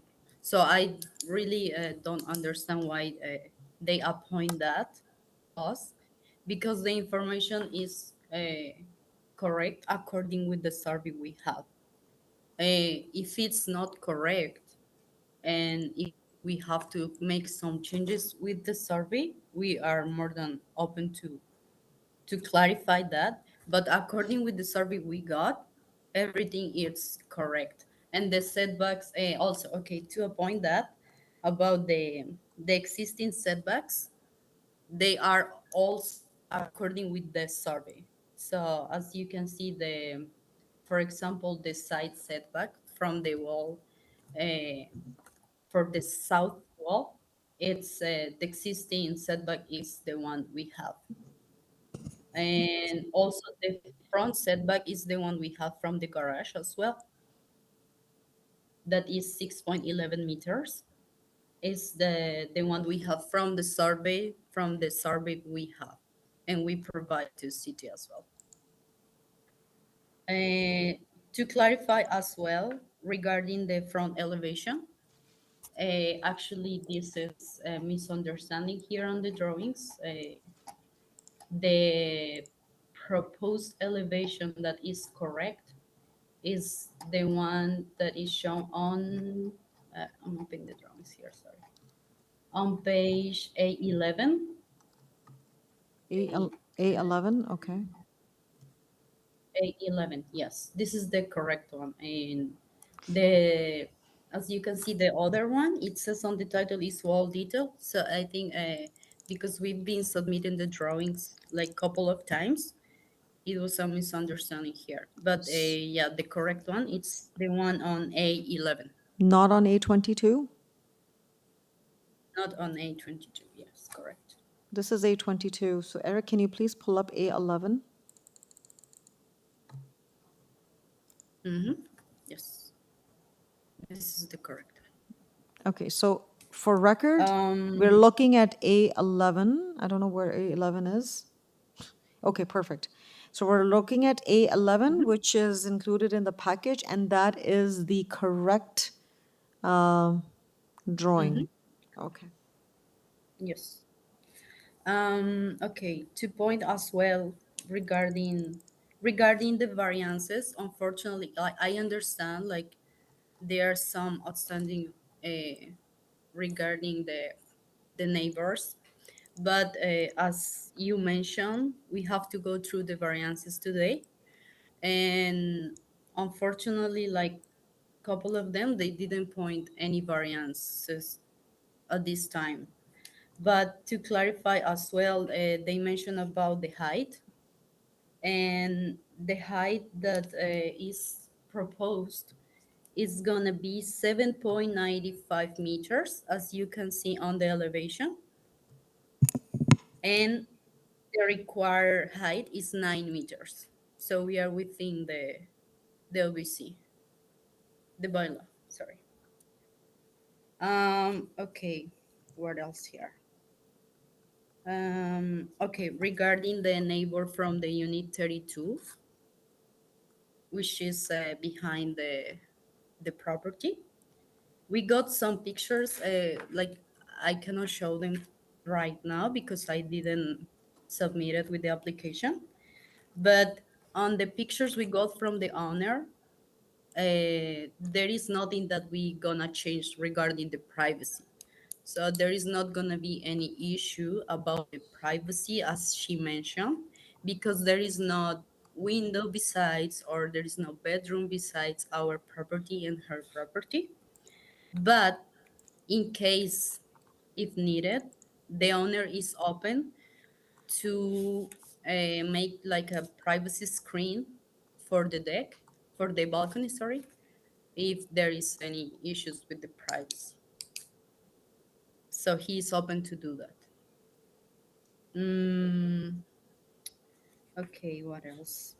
Other than that, regarding the posted sign as well, we did post the sign 10 business days before the hearing. Just we didn't submit the pictures on time. Like we did it 10 days, 10 business days before the hearing. That's the last time we sent the pictures, the proof of the pictures posted. So just to clarify that as well. Did you sign an affidavit and sent it to the city? Yes, we did. Confirming that the sign has been posted? Yes, correct. Okay. It's on file, yes. So I think there is nothing else we can go through today. Just to point that we will make sure that we're gonna meet all the requirements within the OBC once we go in with the building permit application, if we got the approval today. And yes, it's all I have to say for now. Thank you.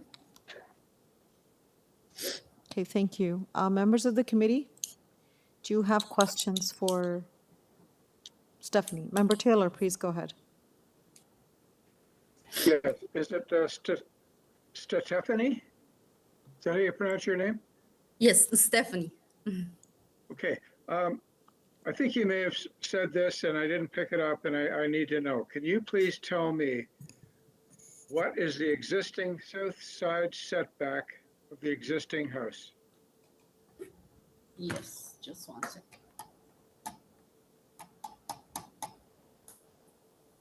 Okay, according with our plan, the existing on the, because it's not straight with the lot line.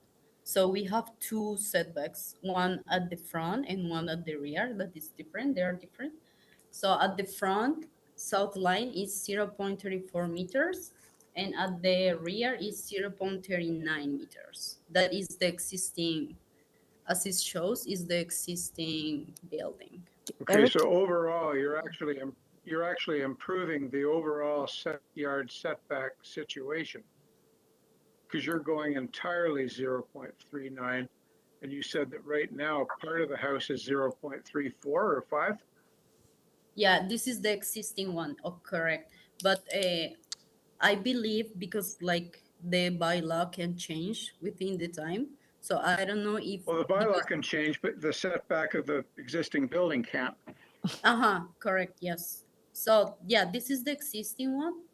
But the examiner is asking us also for the proposed right now. I believe maybe before the setback was different, so that's why they are asking for this setback right now. Okay, so Eric, can you point out in that, Thank you. on the, on that side where it shows 0.34? Yeah, can you zoom in at the front? Right there, perfect. Yeah. So you see, you're right, Member Taylor, it is 0.34 existing. And as you continue to move to the back of the building, Eric, if you can move to the back of the building, you'll see the deck is at 0.39. So back in the day, the zoning requirement may have been whatever, 0.34 maybe, because it would have complied with the bylaw at the time. It may not comply with the new bylaw, but at the time it did. And now with the proposed deck, it is, to your point, a little improvement. So they're not building it at 0.34, they're building it at 0.39. Okay, so that's for the deck. There's no setback required on the north side? No, on the other side? There is no. Okay.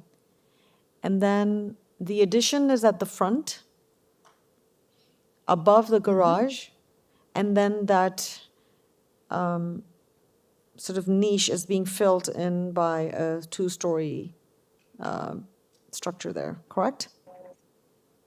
Correct, yes. Okay.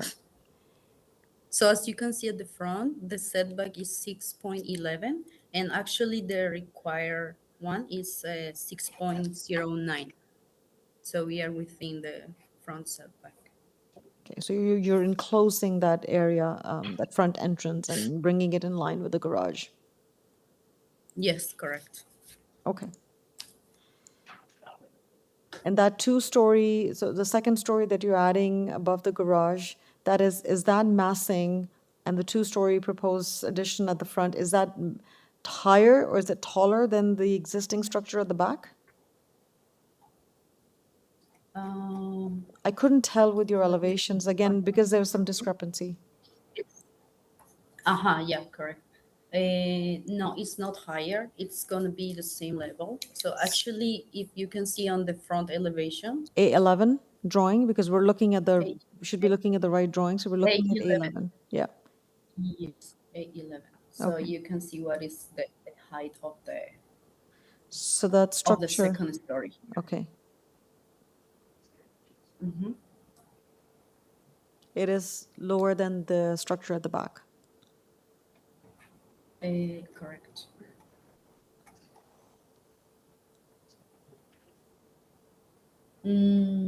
Okay. If you see on the elevation, that's what I was about to explain to you before about the height, because the front is gonna be a little bit higher than the rear side. Yeah, But that's we're exactly, gonna, because the rear is different. Uh-huh. The rear on drawing A13 is lower. Yes. Yeah. Correct. But that's what I was pointing, that the required height, the maximum we can go is 9 meters. And the maximum we are showing here, we are proposing 7.95 meters. Okay. So even though it's a little bit higher than the rear, we gone within the bylaw. Okay, and no variance has been identified for the height. Okay. Mm-hmm. Okay. Yes. So one thing I would comment is that the discrepancies between the drawings certainly threw us all off. Actually, members also had some questions around that. So in future, perhaps a little bit more care when submitting the drawings, that they need to be accurate. Okay, and then I want to make a note for the residents as well, that again, I'm going to repeat that once the building permit drawings are submitted to the building department, they will be have to be prepared by professional engineers and consultants and architects, and they would have to be accurate, and building department will review the drawings and ensure for consistencies, and that no building permit will be issued if the zoning is not met, or if there's violations with the zoning. Any discrepancies or any additional variances required will be brought before the committee again. So if there's anything, and again, I'm going to repeat, we're not approving the drawings here. If the committee approves it, we would only be approving the variances, should the committee approve the variances today. Okay, thank you very much. Committee members, any further questions? I think we've had a good hearing on this one. Lots and back and forth, unless there's a pressing question for Stephanie. Last call? Okay, I see none. All right, we can proceed with the discussion. Sorry, we can proceed with the motion if we are ready for a motion.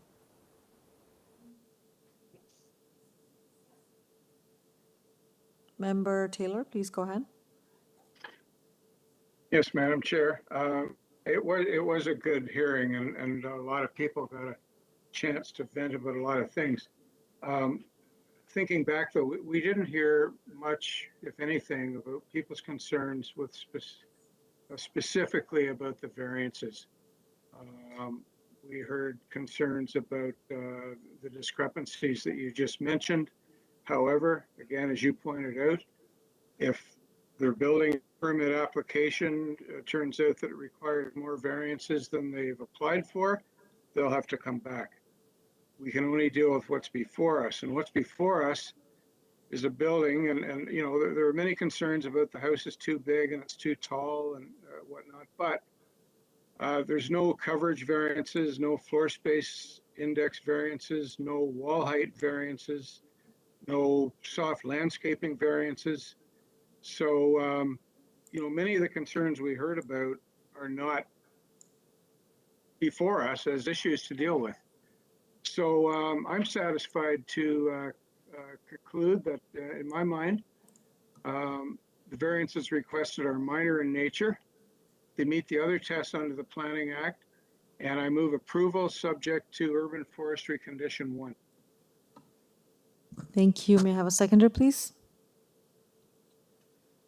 Member McKay, please go ahead. Yes, Madam Chair, I second that approval. All right, so we have Member McKay seconding the motion. All in favor of this motion? And all opposed? Okay, so Member Macaulay and Member Said oppose the motion. However, the motion is carried and the application has been approved, subject to condition of urban forestry. Thank you very much. Okay, this brings us to the end of our agenda. Under other business, are there any other business? Through the chair, there are none. Okay, thank you. And the date of the next meeting is August 18th.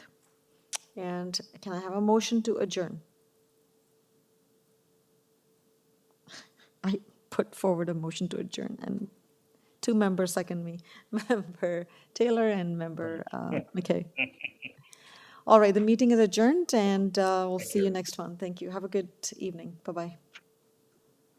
See you, everybody. Thanks. You too. Bye-bye. Bye.